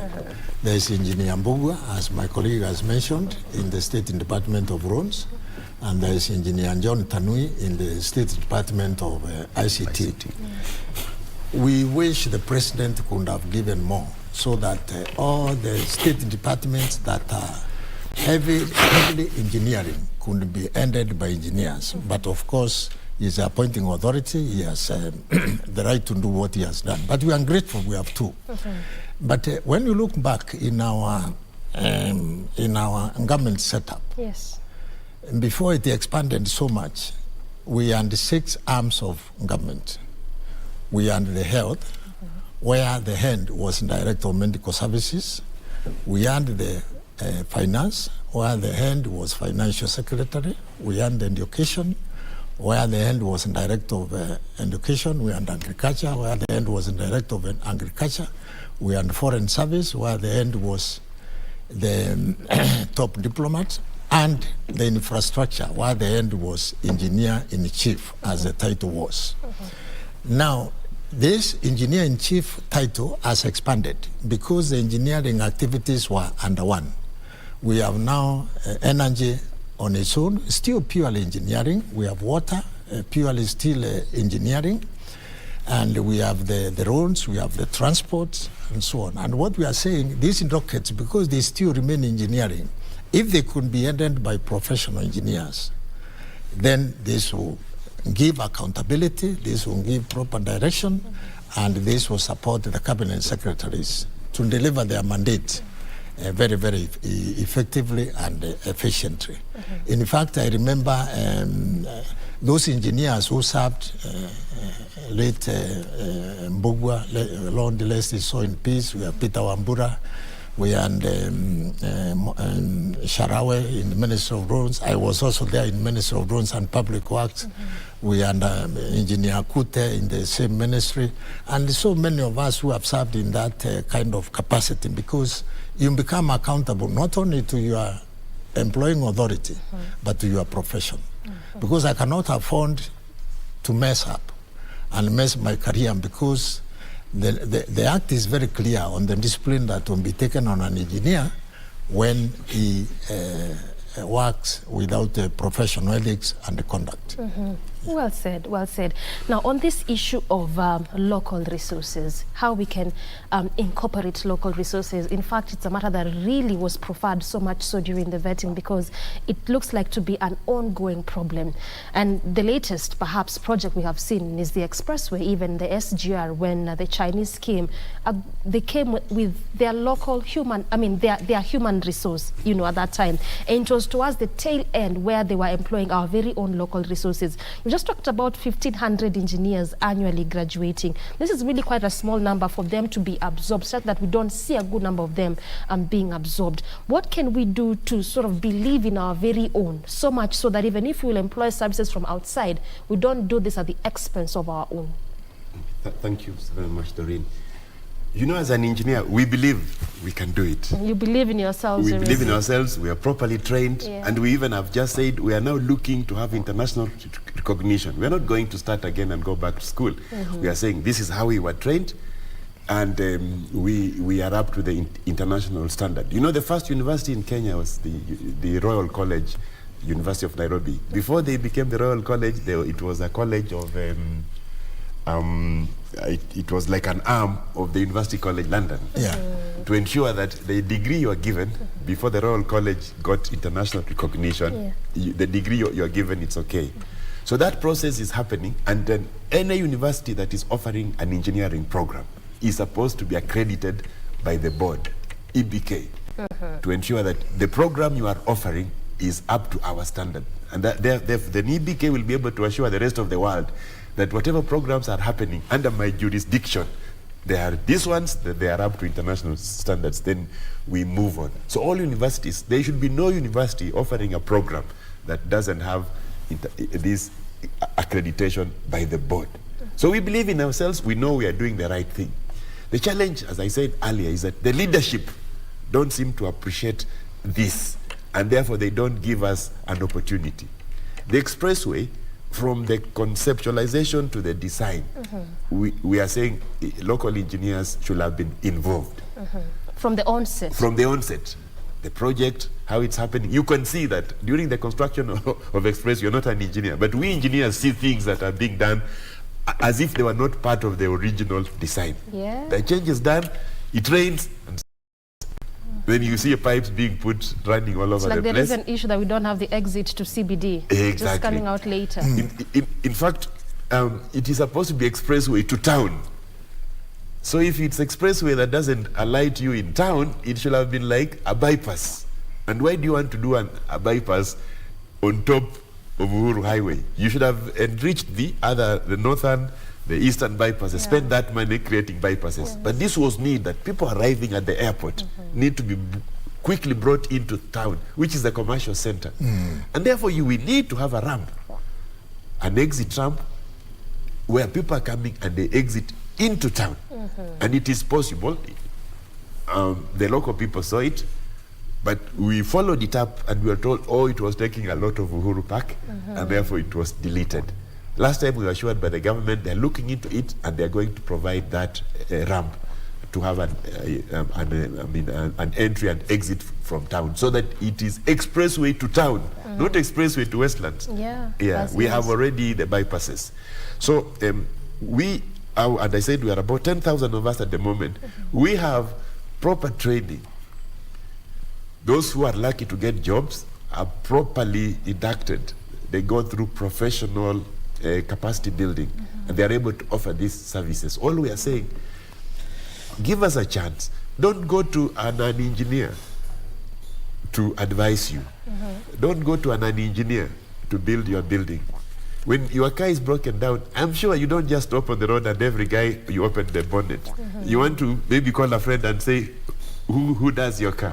So for us, professional. Yes, for engineering professional, that reference where you call, the point of call is the Engineers Board of Kenya.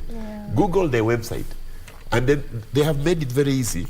When you want to employ an engineer, on that website, if you are, for example, John Joroge, you go and say John. They will search and give you all the people who are Johns. Or you say John Joroge, if that is the name, that John Joroge will come up.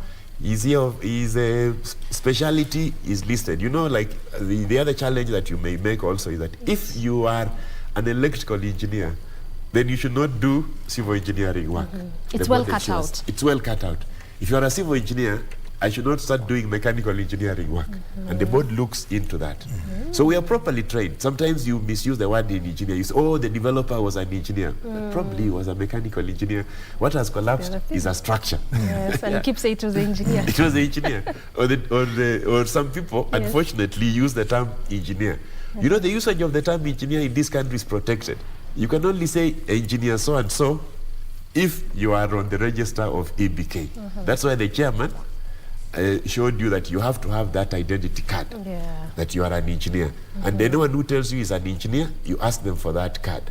And as I said earlier, the board has actually moved further, and we protected the government, protected the private developer by telling them these are the fees for these services. You can only negotiate from here. The lawyers have the Advocates Remuneration Act.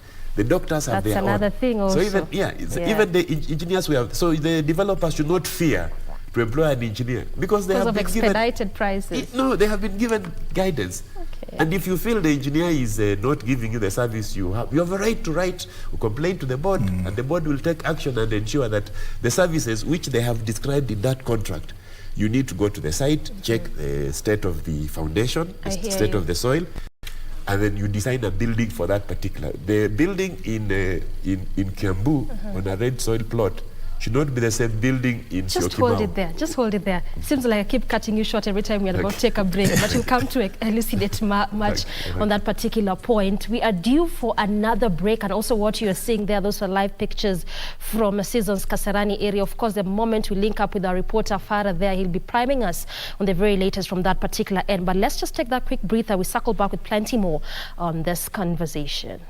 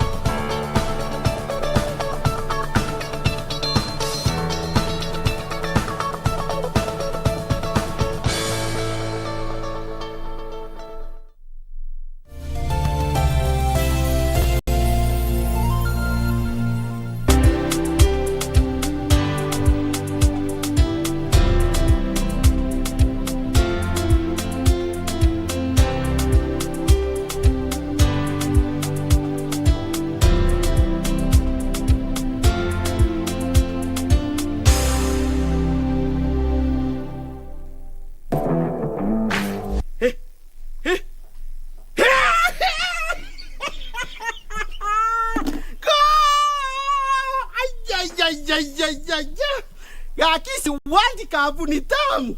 Hey! We, machama. Munataka kuenjoy World Cup?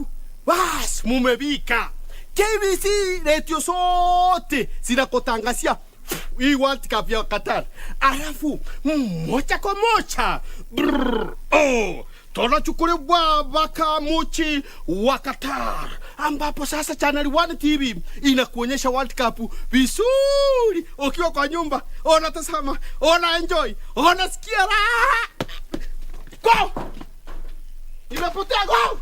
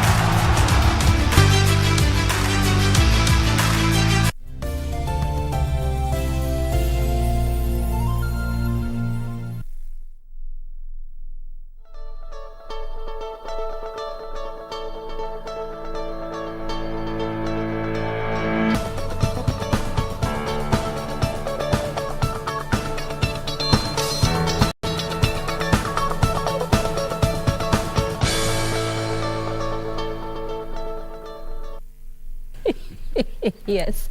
Welcome back to the program. We're just having an interesting conversations with our very well-abled engineers here, priming me and making me become more knowledgeable on these issues. Anyway, we want to continue with this conversation, and I cut you short on that issue of local human resource. Before again we get to the convention, just finish up on that particular point, then we move on to other issues. You know, Doreen, as I was telling you, you say, are our engineers confident? Yes. Of course, our engineers are very trainings. confident. No, we are offering professional advice in the region. For example, if you ask any of your colleagues, let them send you a photo of the face of Kigali. And we keep referring to Rwanda all the time. Exactly. And we have helped that country. The face they will send you, those are my buildings. I'm the structural engineer for those buildings. You oversaw From the those ones? Pension Plaza to Marriott Hotel to Hotel Ubumwe. So we can do the work. All we are saying that we are not given a chance. We have international training. The way the Kenyans, even if you look around the region, we are offering services in South Africa, in Botswana, in Lesotho, not just engineers, but all other professionals from Kenya. They work in these countries. A lot of Kenyans who have had a chance to study abroad, unfortunately, because of the challenges at home, they don't come back. They are able to offer. And these cuts are almost in every profession. Every profession. Yeah, if you go to the head of I think the atomic energy in Vienna, we've been told that he's a Kenyan. So we have a lot of local capacity. So all we are saying is that please let us have a structure where we utilize this. It will be cheaper. And these people are willing to come back home. You know, 15 or 20 years ago when I was at university, the vice chancellors were petitioned to go search for professors. And the government came up with very good schemes, including offering lecturers free car loans and everything for these people to come back. And we need to go back to the drawing board and realize, how do we move this country forward in a sustainable way? What is happening now, unfortunately, is not sustainable. When a private developer loses a building, it's not sustainable. What about if it's the government with this public-private partner who is involved in a project that goes the other way? How do we hold him into account? What about if he does a project that we are not able to maintain, or he comes up with very huge maintenance costs? You know, talk about local content. When the East African community was doing their building in Arusha, they floated tenders for local professionals. But unfortunately, they came back and says, oh, the financier is this bank from Germany. Therefore, you are local, must have an international partner. So the locals were shut out because we didn't know. Quietly, they were trying to front their own, that condition. Then suddenly, you found a building in Arusha, which is the best climate in the region, fully air-conditioned. So the local participation is very important for us to move forward in a sustainable way. And actually looks like this local participation sort of like cuts across, whereby they're not really quite incorporated very well. It cuts across, as I said, apart from just engineers. You've seen we have doctors who are jobless. The government goes to Juba, brings doctors. Cuba, because you want to divide and rule. Doctors want to strike. And unfortunately, you've seen the latest with pilots.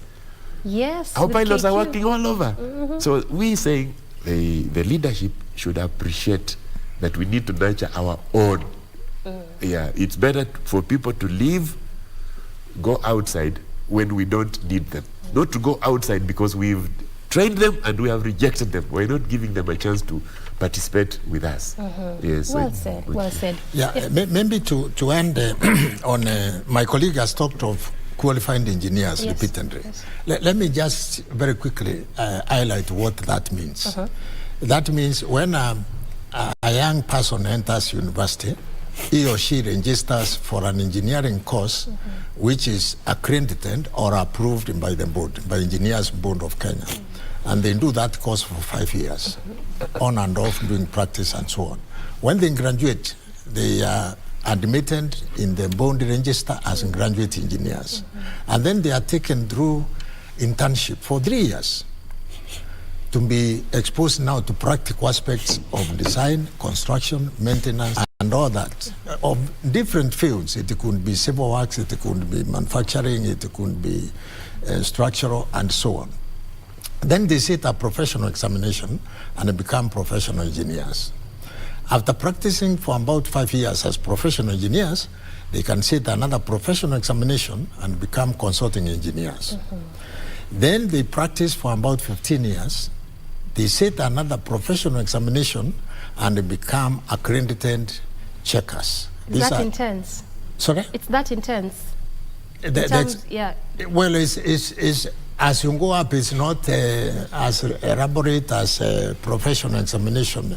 It's just to ensure that when they give you that classification, you'll be able to perform You're your duties. qualified. Now, when you look at the training of an engineer to become a professional, that is 8 years. Doctors take 6 years. Architects take 6 years. But this is not being is normally not recognized. So we are. I mean, it's not normally in the common knowledge of people. Yeah. And that is why we are saying, let this professionalism, where even the government and the economy, as taxpayers have invested so much, because all this is consuming taxpayers' money. So let us use this knowledge and this expertise that has been developed to help us now do structures which will stand. It is not only buildings. I think buildings are conspicuous because they collapse like this one and it comes down with a boom. But look at, for example, power and distribution systems. They come up with these posts and then all of a sudden you see one is facing north, the other one, that is a collapsed structure. Roads that are put. And within maybe a period of 5 years, as you said, it is all ripped off because there isn't that deep professionalism that is used in all these areas. So that is why we are saying, please use the resource that you have invested so much to build. Yeah. Well said. Now, quite a lot to talk about when it comes to issues of trading and appreciating our own. But also, let's just shift focus and now talk about the conference or the convention. This is the Sustainable Engineering in the Era of Climate Change. I mean, we are still in this moment. COP27 is still ongoing, supposed to culminate on 18th. That is Friday this week. But then about this convention that is being planned. Tell us more a bit about it. Thank you very much. In fact, this is our annual event where the IEK, or the Institution of Engineers of Kenya, in partnership with the Engineers Board of Kenya, come together and plan annual conventions. This is our 29th annual convention.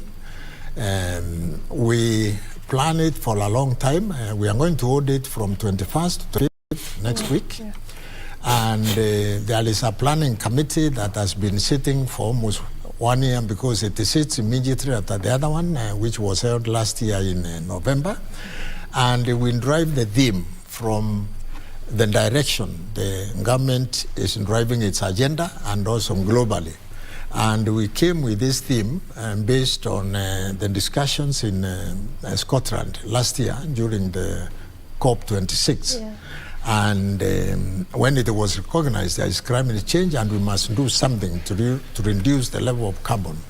And we decided, since engineers contribute to the built environment and therefore interfere with the natural environment that God created, then we need to think of sustainable engineering solutions that are adaptive or that recognize the climate change. So this convention will be a whole week. The first 2 days are parallel events. The first day will be dedicated to future leaders, young engineers who are in college and who have just graduated and undergoing that training we have talked about, where they will discuss issues and their theme is back to basics. And then on Tuesday, 22nd, there will be 2 parallel sessions, one for women. This will be the 5th Women Engineers meeting, where they will discuss issues on how to address the issue of they face in engineering and how they can be encouraged to remain afloat and also grow in the profession and that kind of thing. And therefore there is a parallel, another one for men. Men are having their first one this time. We are lagging behind, 5 years behind women.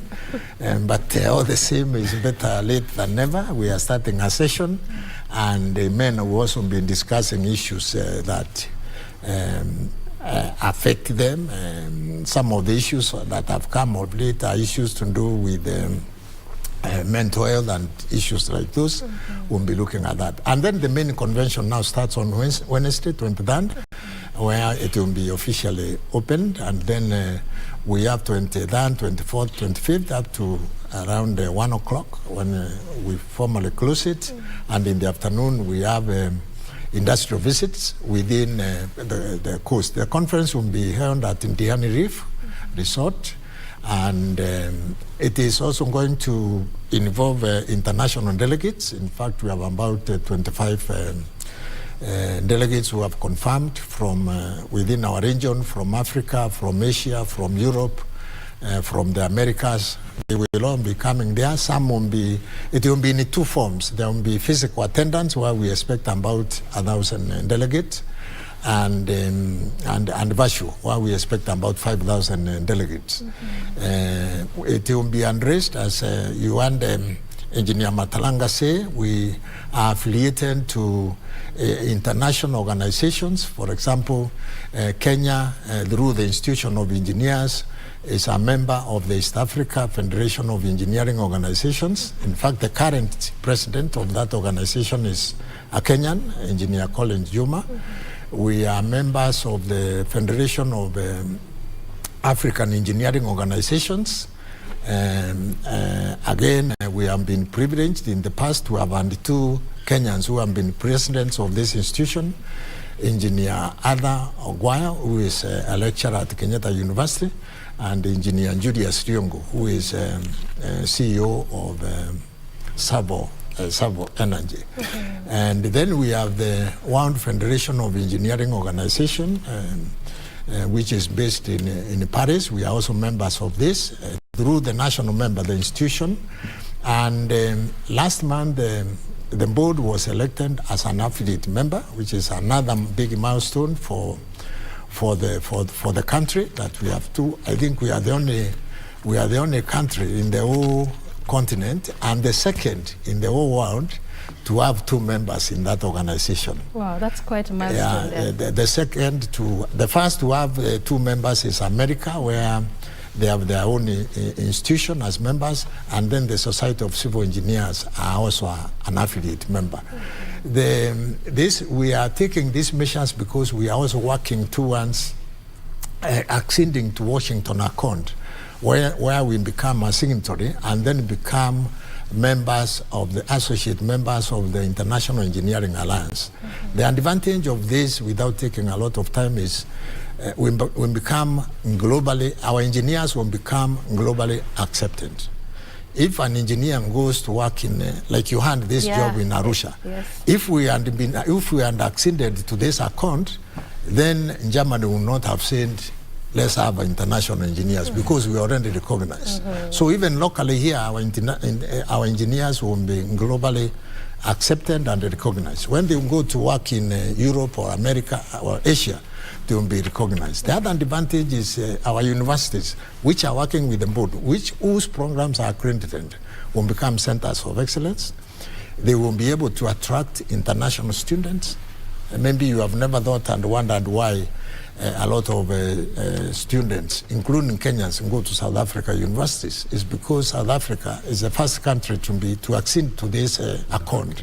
And therefore, when you go to their universities, there are people from UK, there are people from Germany, from America, all over. Kenya won't be like that. And you can imagine the amount of foreign exchange we are going to earn from this.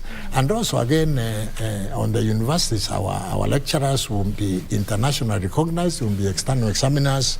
They also take their vacation, or what they call sabbatical, and go to teach in those areas. They will also have their colleagues coming and so on.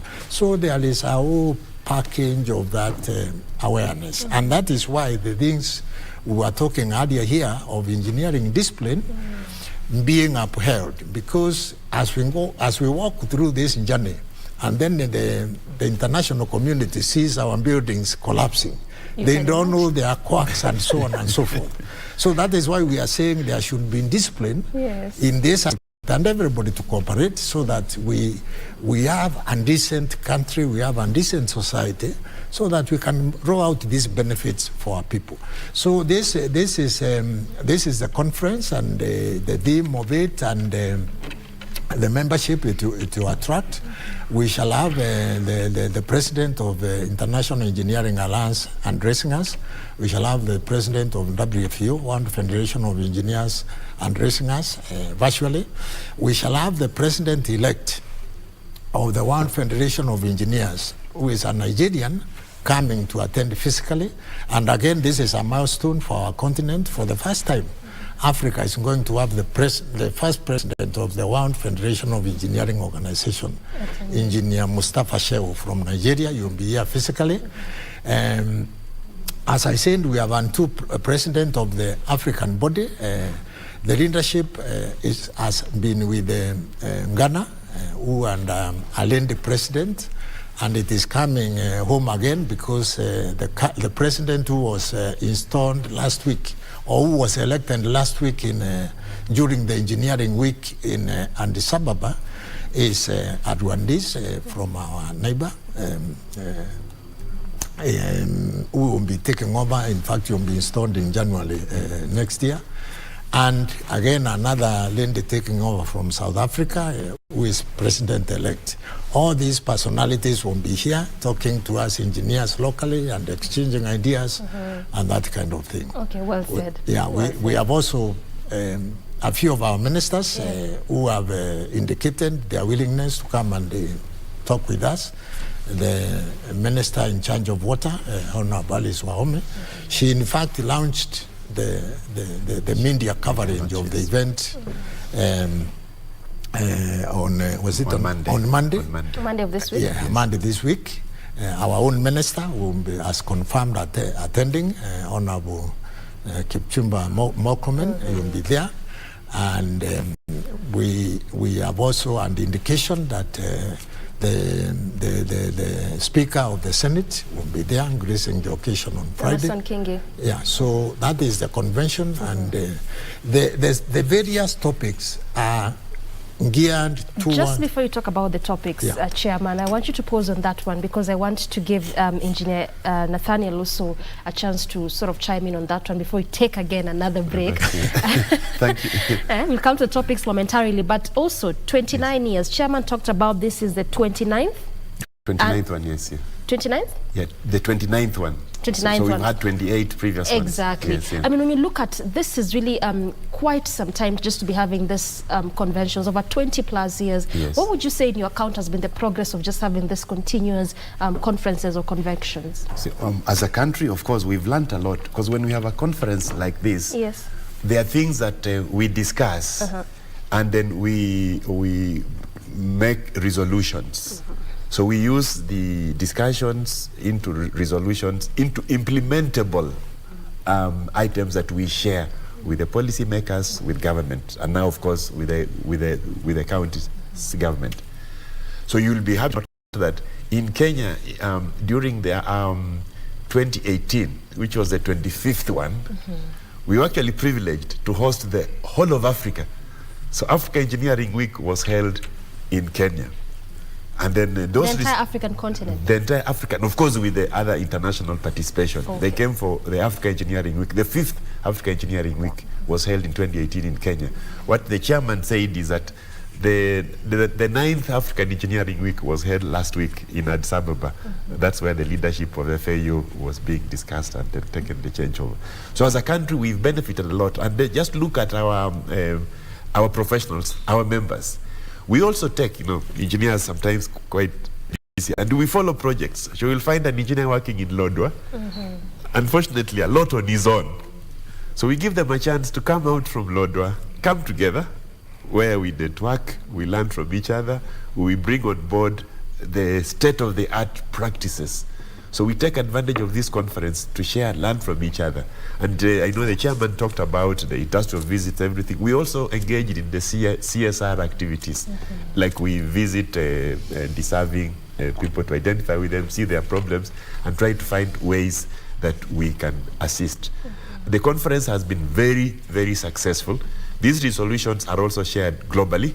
We, as the chairman said, we are members of the World Federation of Engineering Organizations. And when you go to the website of WFEO, you will see WFEO in Africa. And when you Google that particular page, you will see the conference in Kenya, what IEK, the Institution of Engineers in Kenya, and the Engineers Board of Kenya are doing to grow the practice of engineering. Yeah. You know the slogan in engineering that we go together with everyone. We don't want to leave anyone behind. Yeah. And that is the clarion call. So this year we are expecting that at the end of the conference, and we have lined up international speakers, as the chairman has said, straight from the top leadership of the World Federation Engineering Organization. President Professor Jose Vieira will be giving a virtual address. And then as the president has said, we are very privileged that the president-elect will be physically here with us for 1 week to advise us what we need to do as a country. And the chairman was a bit shy mentioning, we are actually trying to reach out to the head of state, His Excellency Honorable William Ruto, to come and identify with us so that we find a way of how to enrich, how to help him deliver on the Kenya Kwanza Manifesto, which is a very good document. Yeah. So this it is big. It is the 29th, but we have 28 previous resolutions, which we hand over to the implementing agencies, and we follow up for implementation. Yeah, thank you. All right. So then it's been quite progressive, clearly. Very progressive. All right. We're taking again another break. We come back, we look at the topics, and then we tie it now to matters of climate change, even as you look at the role of engineers in mitigating climate change. You just talked about how 39% is what this particular industry emits in terms of energy and processes that lead to CO2 emissions. So even as you marinate on that one, we take that break, we recoil with plenty more of this conversation. So again, stay with us.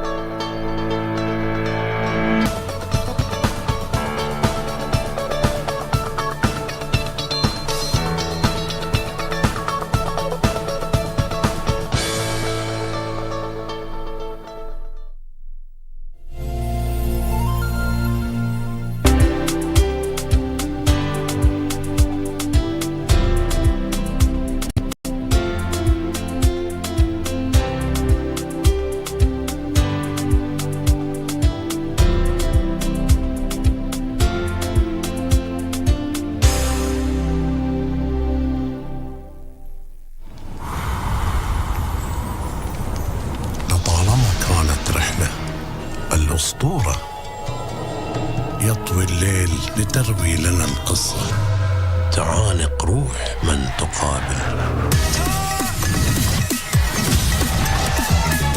ومنذ بداية البطولة أسفرت لنا عن أبطال وأباطرة وملوك في خضم المعارك الملحمية وصدمات الجبابرة ينمو الشغف حد الازدهار ويتركون إرثا ينتشر كالنار أثار الأقدام على الرمال ترشد الأسطورة إلى سرابنا الخلاب من سيحوز المجد ويكتب الفصل التالي من هذه القصة التاريخية أسطورة كأس العالم فيفا.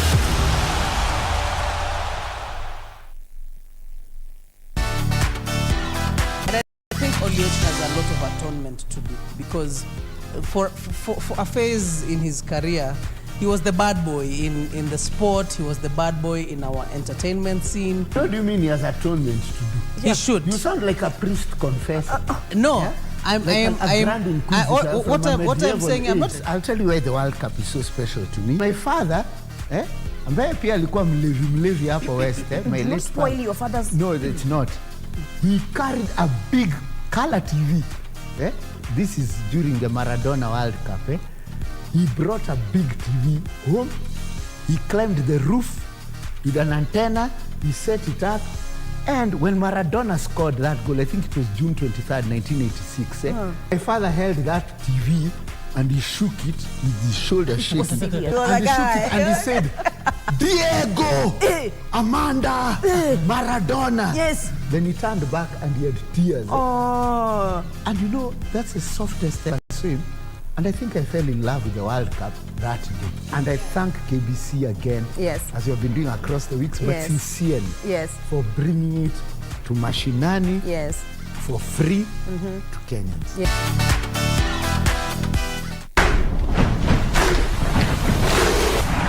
November like never before. Mouth-watering programs. Maza takes a break, and in comes football extravaganza.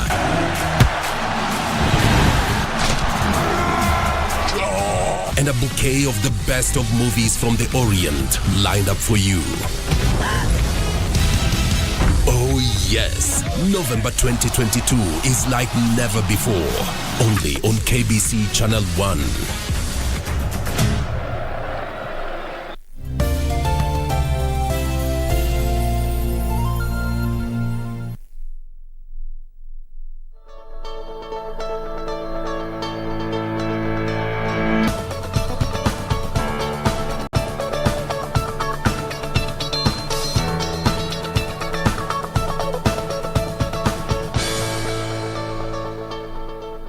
Exactly 4 minutes to the top of the hour, and we definitely appreciate your valued company from 7:30 when we began this particular conversation. We momentarily continue with it, even as we get to the tail end of this conversation, still holding court with my guest, that is Engineer Erastus Mongera, Chairman, Engineers Board of Kenya, and of course at the middle we have Engineer Nathaniel Matalanga, the immediate past President, Institution of Engineers of Kenya. Let me pick up with you, Engineer Erastus, on this one. You are touching on the topics that perhaps will be proffered on this particular convention. Thank you very much. When I was, first allow me to underpoint, when I was introducing Kenyans who have served in the World Federation of Engineers, I forgot to mention one of our own, Engineer Matalanga, is the executive member of the federation. He was elected in 2019 in Melbourne, Australia, with the highest number of votes, and therefore qualifying to serve for 4 years uninterrupted. He's still serving in that role, and again, when you go into the website, you find Kenya there shining because we have an executive member. Because it's there. This theme is the conference is structured in 7 or so themes, sub-themes, which will address the issue of climate change. Number one is building resilient in infrastructure. Yeah, we want to see how we can change our building and environment to be more environmentally friendly. You want that building in Arusha, which was built with air conditioning. That is consuming a lot of fuel. If it was done such like there was natural lighting, then you would call that a green project because there is very little electricity being done. So we'll be having topics on that area. Then we are also having harnessing emerging technologies for the sustainable development. There are so many technologies which have come up, especially on IT technologies, even on motor industry. We are now talking of electric cars. We are now talking of dedicated BRT systems where buses will move faster than they are doing at the moment and therefore consume less fuel and so on. We have also a topic on mitigation measures against climate change that we intend to take. One of them is which our Excellency the President has championed so much, planting trees. And for us, we can easily identify with this as landscaping. When we do roads, for example, we should beautify them and plant trees on the side lanes. A city like this shouldn't be having a lot of trees. Where you have concrete by the roadside, we have trees. Expressway, for example, when they repair the underpath, that open space, which is currently looking very cold, should be having beautiful shrubs, which will... But you're constantly having this as they keep replenishing all the time. Yes. No, those are very temporary. Which one are these ones? Yeah, those are temporary. They should plant the proper species, which can grow under the shade and which will give that beauty and absorb a lot of carbon that these vehicles are emitting. We shall also have a topic on climate adaptation. And we shall. The other one is change, impact, and engineering. Then we have artificial intelligence. We have energy transmission. We have role of nuclear and renewable energy in combating climate change. And finally, we have role of green financing and green economy. The way the convention is structured is we shall have the keynote speaker, and then we have a session for panel discussion of various experts in that particular area. And then we go to another one, and another one, and another one, and so on. And as we have mentioned, we shall be having very senior engineers and globally speaking to us. And it fits very much within our COP27 and COP28 because it is all climate change. And we want to see how our engineering programs can adapt to these challenges of climate change and reduce carbon emissions. If you take flight landing in this country, for example, all those corridors of flight path, we want to encourage the airport authority to plant trees and let the planes fly over forests. Like you find in Scandinavian countries, they farm trees, and sometimes when you are landing, you wonder whether this plane will touch trees or not, but they are so well done. Also, the energy suppliers, Ketraco, Kengen, KPOC, when they acquire these corridors and they don't want anybody to settle there, let them plant appropriate trees under them as part of landscaping, part of engineering. And in fact, we are saying we are also changing our internship programs so that part of the training can now be adaptive to climate change. We are encouraging their own teams, their own owners, when they do this performance-based contract, not to give a whole corridor from Nairobi to Thika to one contractor and divide it into small sections. Get young engineers to adapt these sections. They will maintain them, they will keep safety on, and they will even plant trees, and we adapt those in the curricula, and they can be given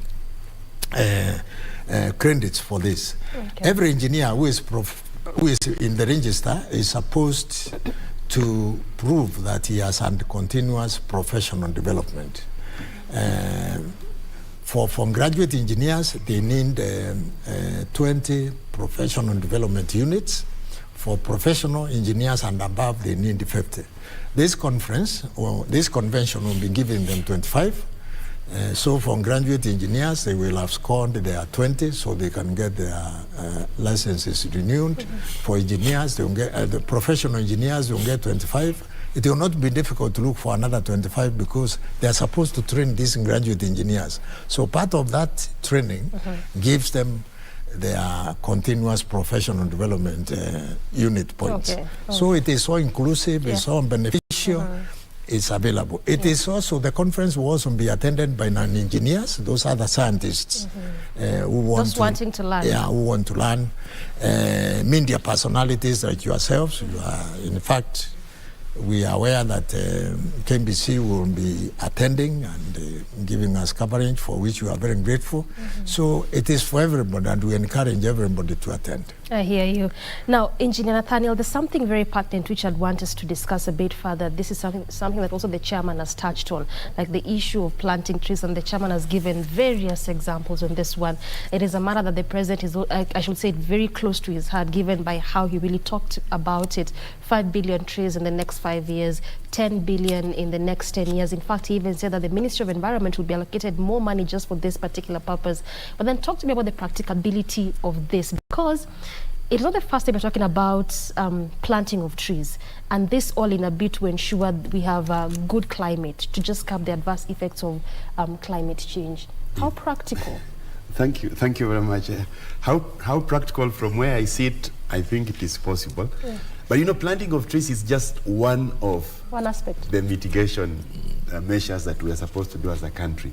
There are so many ways. As engineers, you see our conference is themed. Yes. Climate change. In fact, you will see that the COP27 is ending on Friday, and our conference is starting on Monday. So we're just taking over and continuing this conversation. Yeah. So planting trees is just one of our mitigation methods, and the president is trying to address the practical way of doing it. The best way to do it is to protect forests. That's the first. You have to protect the forest. We were there, and then the forests have been interfered with. So as government policy, ensure that all the forests are protected. Now you can then get the Kenya Forestry Service to go in there and then mobilize whoever you want to go plant trees to regroup. The other avenues are just saying the add-ons, but the main is to protect the existing forest. If you see our conference theme, we realize that infrastructure development is what might lead into this climate change. So we are trying to sensitize our members, the engineers, that when you are doing your projects, please take on board sustainable measures. There's now what we know, that you can also develop a green building. When you're doing a building, it's not that you want to give it green. Even the process of doing that project, you should put the green building measures in place, ensuring that you use products that require less emission of CO2. Yeah, like probably if you come up with a type of cement that requires less use of energy to manufacture, that will be good. If you can also use local materials, so that you are not involving yourself in huge haulage. You know, one of the things that pushes up construction materials is transport. Yes, people who are building houses in Western, they want to get stone from Thika. The stone arrives there very expensive. But there are ways of doing building those walls. Where does that happen anyway? With local materials, in the fixture, that you're not involving a professional. You're always just doing it. You live in Nairobi, you live in a stone. Because I've seen that so much, by the way. I've seen that a lot. So we are saying that as a theme of our conference, let us look at all these measures. Not reforestation is one of them. But you see, the major things that cause the CO2 are the fossil, the fuels, coal, oil and gas. And this will get finished. They're not there in abundance. Every country, the countries who have them, like the Middle East, they're doing very well because they have oil. Yeah, I mean, the leadership has done it right. They have got it right, and they have used that natural resource to move their country forward.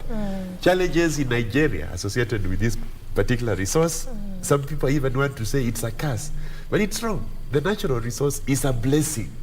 Yeah, so we need to put in place sustainable systems.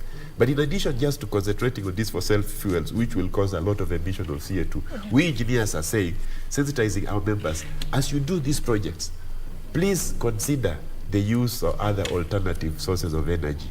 And there we look at solar, we look at nuclear power, we are looking at hydro, and wind. So we are sensitizing our members, and those are part of the discussions we are going to have next week in Mombasa.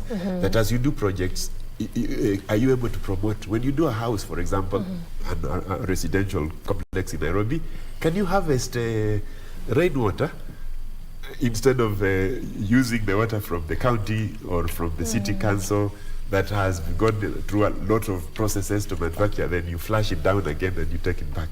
Harvest from your roof and use it. So those are the sustainable development measures we are trying to discuss with our members. Most of these projects are implemented by engineers, government projects. Once our members know what is good in these projects, then we shall be able to do sustainable development in this country. Value for money. The training of an engineer teaches you to use the natural resources in the best way possible. So then you're saying that aside from the issue of planting of trees, which you can so much talk about, engineers also have much more role to ensure that we have good environment so that we can cover effects of climate change. Not just much more role. Engineers are the drivers. So they're the center. They're the top of this process. Because of course the lawyer will tell you how to own land. But the engineer will tell you how to develop that land. The lawyer will tell you how to enter into a contract for road development. But the engineer is the one deciding where that road passes, what materials are used in that road construction, a dam construction, all these processes, the driver of the process is an engineer. So that's why we are just not we said, we are inviting other professionals to listen to us. No, we are also wanting to learn from them. There are so many other professionals than engineers who have been invited to present papers to us. Yeah, we are lucky. The CS, infrastructure, Honorable Murkomen has agreed to come. So we also want to listen to him. Yeah, then say, well, Minister, how do we move on as a country? From this as I say, the president comes, we also want to listen to him and say, how are we going to work with you to ensure that we move this country in a system. If you go to the Institution of Engineers website, our slogan, sustainable engineering. It's not just engineering, but sustainable engineering. So we are looking at this country as we are not trying to look after it because of our children. We're supposed to manage it if our children have learned it, our great-grandchildren have learned it to us, and therefore use it to ensure that you hand it over to them in a better state. In the best way possible. The best way possible. All right, well said. So then, Chairman, even as talk about this renewable sources of energy, because that looks like to be the conversation ongoing, and so then one might think, is it then a hamster wheel that then we keep talking about this? It's really sort of like quite monotonous, but there's sort of like less progress in the implementation thereof. From your practice, what is the uptake of this renewable sources of energy when it comes to construction sites?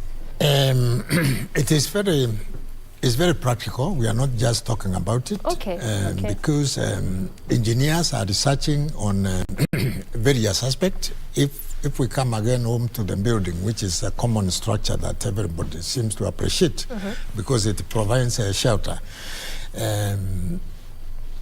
The sustainable engineering solutions we are looking for here, for example, is how is that building oriented so that it benefits from the natural energy that God has given us. The sun and the moon, when they shine, can it attract that natural light? When there is good full moon, you don't have to switch on the lights. You can enjoy the moonlight. You can use it as your night light. Exactly, as your night light.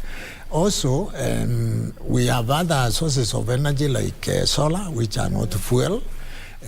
How are we tapping and enhancing that technology? We know some countries have advanced so much in this area that their window panes are even solar panels. It protects you, it gives you light, and during that time it is also generating electricity which you can use and so on. It's multifaceted. Yeah. Then we are also trying to to minimize waste on the construction when we do construction. When somebody does a structure in Kenya today, you find debris of waste of timber, stones, and so on. One good thing the Nairobi Expressway did, and that is why Engineer Langa was talking of not involving the locals, is there was no single waste because everything was manufactured on site, not on site, but off-site. In the off-site, in the factory.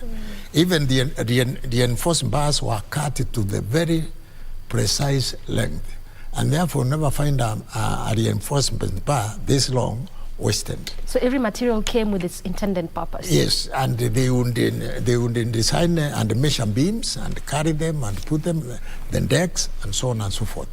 So that again, that kind of technology is saving a lot from materials and dumpings that could endanger our environment. And again, when you come to automotive engineering, again, we are talking now of electric cars, which they are already here. We are experimenting this, and it is projected maybe in the next 15 years, a country like ours, there will be very few fuel cars moving around because the technology on electric cars will have built so much, and therefore we save the environment as and we are also putting developing standards which the government will take to international level of discussion. For example, what kind of aircrafts will be allowed to enter our airspace? Are they the ones which were designed some 50 years ago and therefore emitting a lot of carbon, or are they the modern ones that are more electronically controlled, and therefore they use this kind of thing. So these are the thinkings that we have. When we have construction, for example, the technology of using drones to even pull and lay electric cables, to even monitor agricultural input so that you don't have to spray chemicals to keep away birds, but you can have drones carrying birds so that they don't eat your wheat and so on and so forth. So there is a lot in every sector of the economy that an engineer is developing to help improve on performance and reduce the cost of production, and at the same time be friendly to our environment. Yeah, so you can clearly confirm that the uptake of this renewable sources of energy is really coming along well. Yeah. Okay, well said. So then, Engineer Nathaniel, does climate play a critical role in architectural design? Does it have a place in it? Yes, Doreen, it is. In fact, it is the starting point. That's why buildings designed in one region, you cannot just go and build them in another region. So allow me to butt in on that one, just for purpose of understanding and context. So then this idea that you will actually see a developer or just any person, any Kenyan, for instance, that have seen you construct a house in Kakamega, and now I want to do the same house in Nairobi, that could be wrong. That is definitely wrong. It's not could be, that is entirely wrong. That is entirely wrong, because you might come and say, my house, that's why we have professionals. Okay. You will go to the architect and tell them, I want to build the house with the following facilities. Now, when you go to the architect's office and you go with a sketch and say, I want you to build this house for me on this plot, what the architect will do is say, okay, how do we place it first? Because in this one where you got it from, maybe the doors are here, the windows are here, the sun is moving this way. So in the morning you'll get a lot of sun entering your house. In the evening you'll get a lot of sun. So maybe we move it this way so that we have some walls. So a good architect will definitely modify that particular design because of the area. Yes, to suit the local one. Okay. Then they'll go to an engineer who says, okay, the Kenya is zoned into various earthquake zones.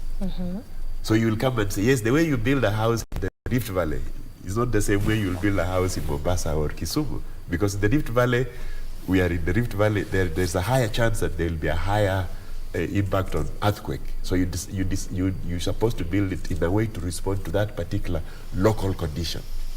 So you cannot say, I have seen this house, and therefore, can you copy-paste it for me? Well, that's also a big impediment that I'm so sure most of us don't even know. It is not really an impediment. It is not? It is not really an impediment for the local person, because we are saying we are here to help you do whatever you want and enjoy that place. When you go to Mombasa for a holiday because you want to be on the beach, and you go to Kisumu for a holiday because you want to be on the lake.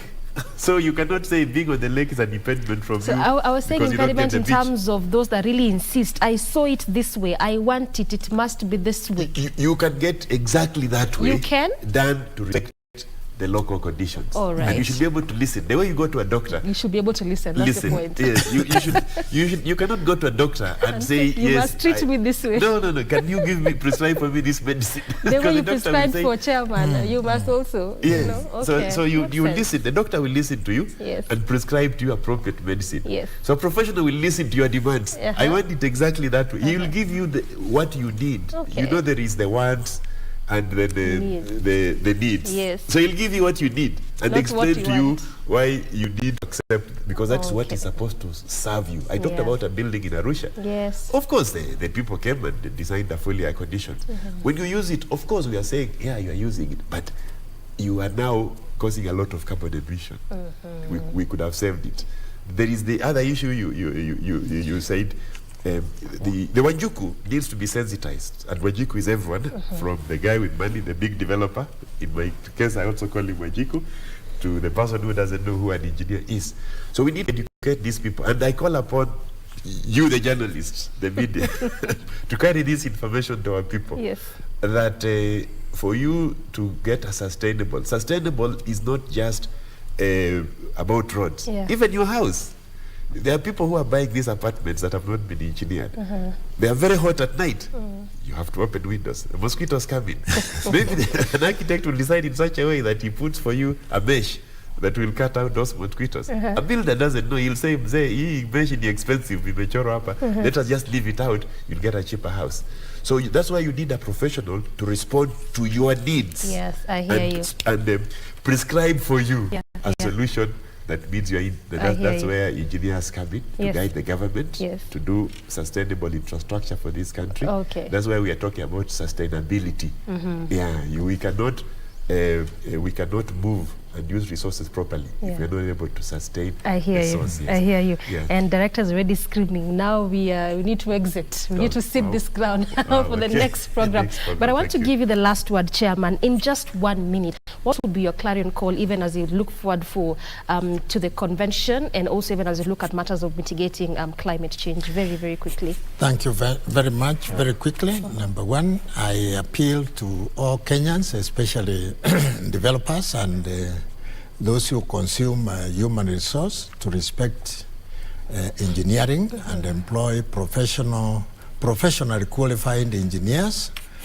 These will not be qualified by name, but the board will give them. And as we demonstrated here, we have our professional identification card. My second point is to appeal to all engineers and scientists and anybody else who is interested to join us next week at Indian Beach, where we will be having this convention on sustainable engineering in the era of climate change and the share in the engineers, and even learn more. Thank you. It's going to be class 101. Yeah. Thank you so much, gentlemen, for your time. We really do appreciate it. And also remember that we are closely following up for you what is happening in Seasons, Kasarani constituency. This is because of that building that collapsed yesterday in that particular area. This is a 7-story building. Of course, reports reaching us currently is that 2 more people have been pulled out. As of yesterday, we're talking about 20 people who had been trapped inside. So 2 more have been pulled out from that particular rescue efforts. And these are just the latest reports coming in respect to that particular building that collapsed. Of course, when you get more details, we shall prime you on our subsequent different programming as well as bulletins there. But also in studio, we have been having this same conversation just on matters construction and sustainability thereof with my guests who really have been helping us understand more about this particular issue. Our center of focus has been on sustainable engineering in the era of climate change. Of course, this intertwined with this convention that is coming up on the 21st all the way to 25th. And my guests on set have been engineer Erastus Mongera, who is the chairman, Engineers Board of Kenya, and at the center we have been having Engineer Nathaniel Matalanga, who is the immediate past president, Institution of Engineers of Kenya, really just enabling us to understand more of what we can do as a nation, as a country, as well as also as individuals in our individual capacity to ensure that we can be able to actually have a sustainable environment, not just as engineers, but also just as individuals in this era of climate change. Good place to end this conversation, and we just want to say thank you for your valued company. Right now we sit ground for Parliament, which is coming up next. Thank you. Thank you. Thank you.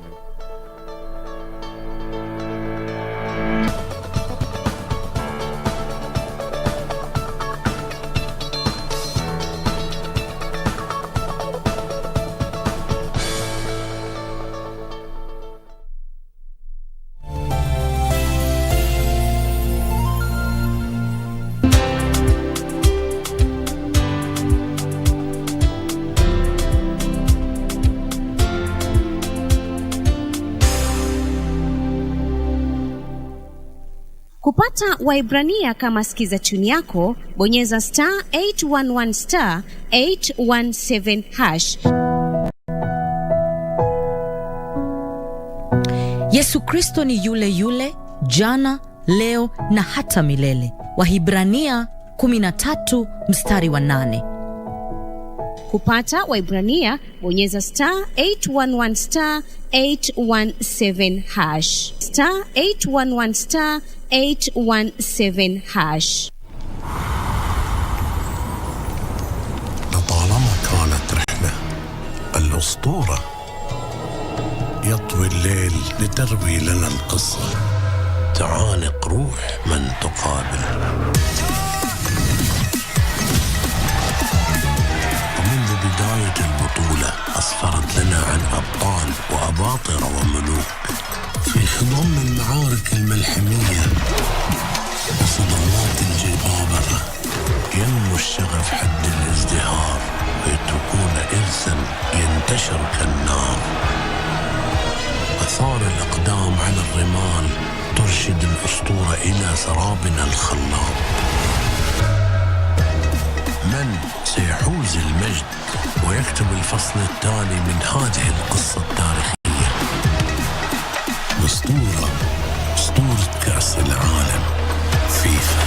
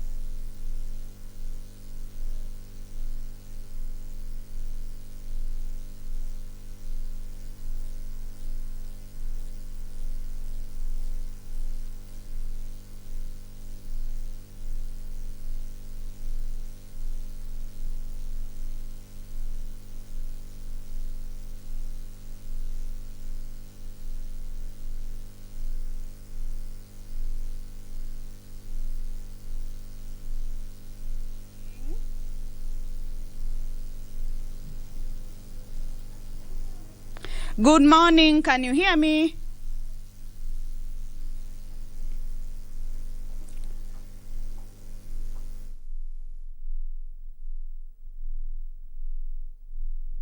Good morning, welcome to this live broadcast of the National Assembly, the morning sitting on this day of the 16th of November, the year 2022. This live broadcast is brought to you by the Parliamentary Broadcasting Unit in partnership with the Kenya Broadcasting Corporation.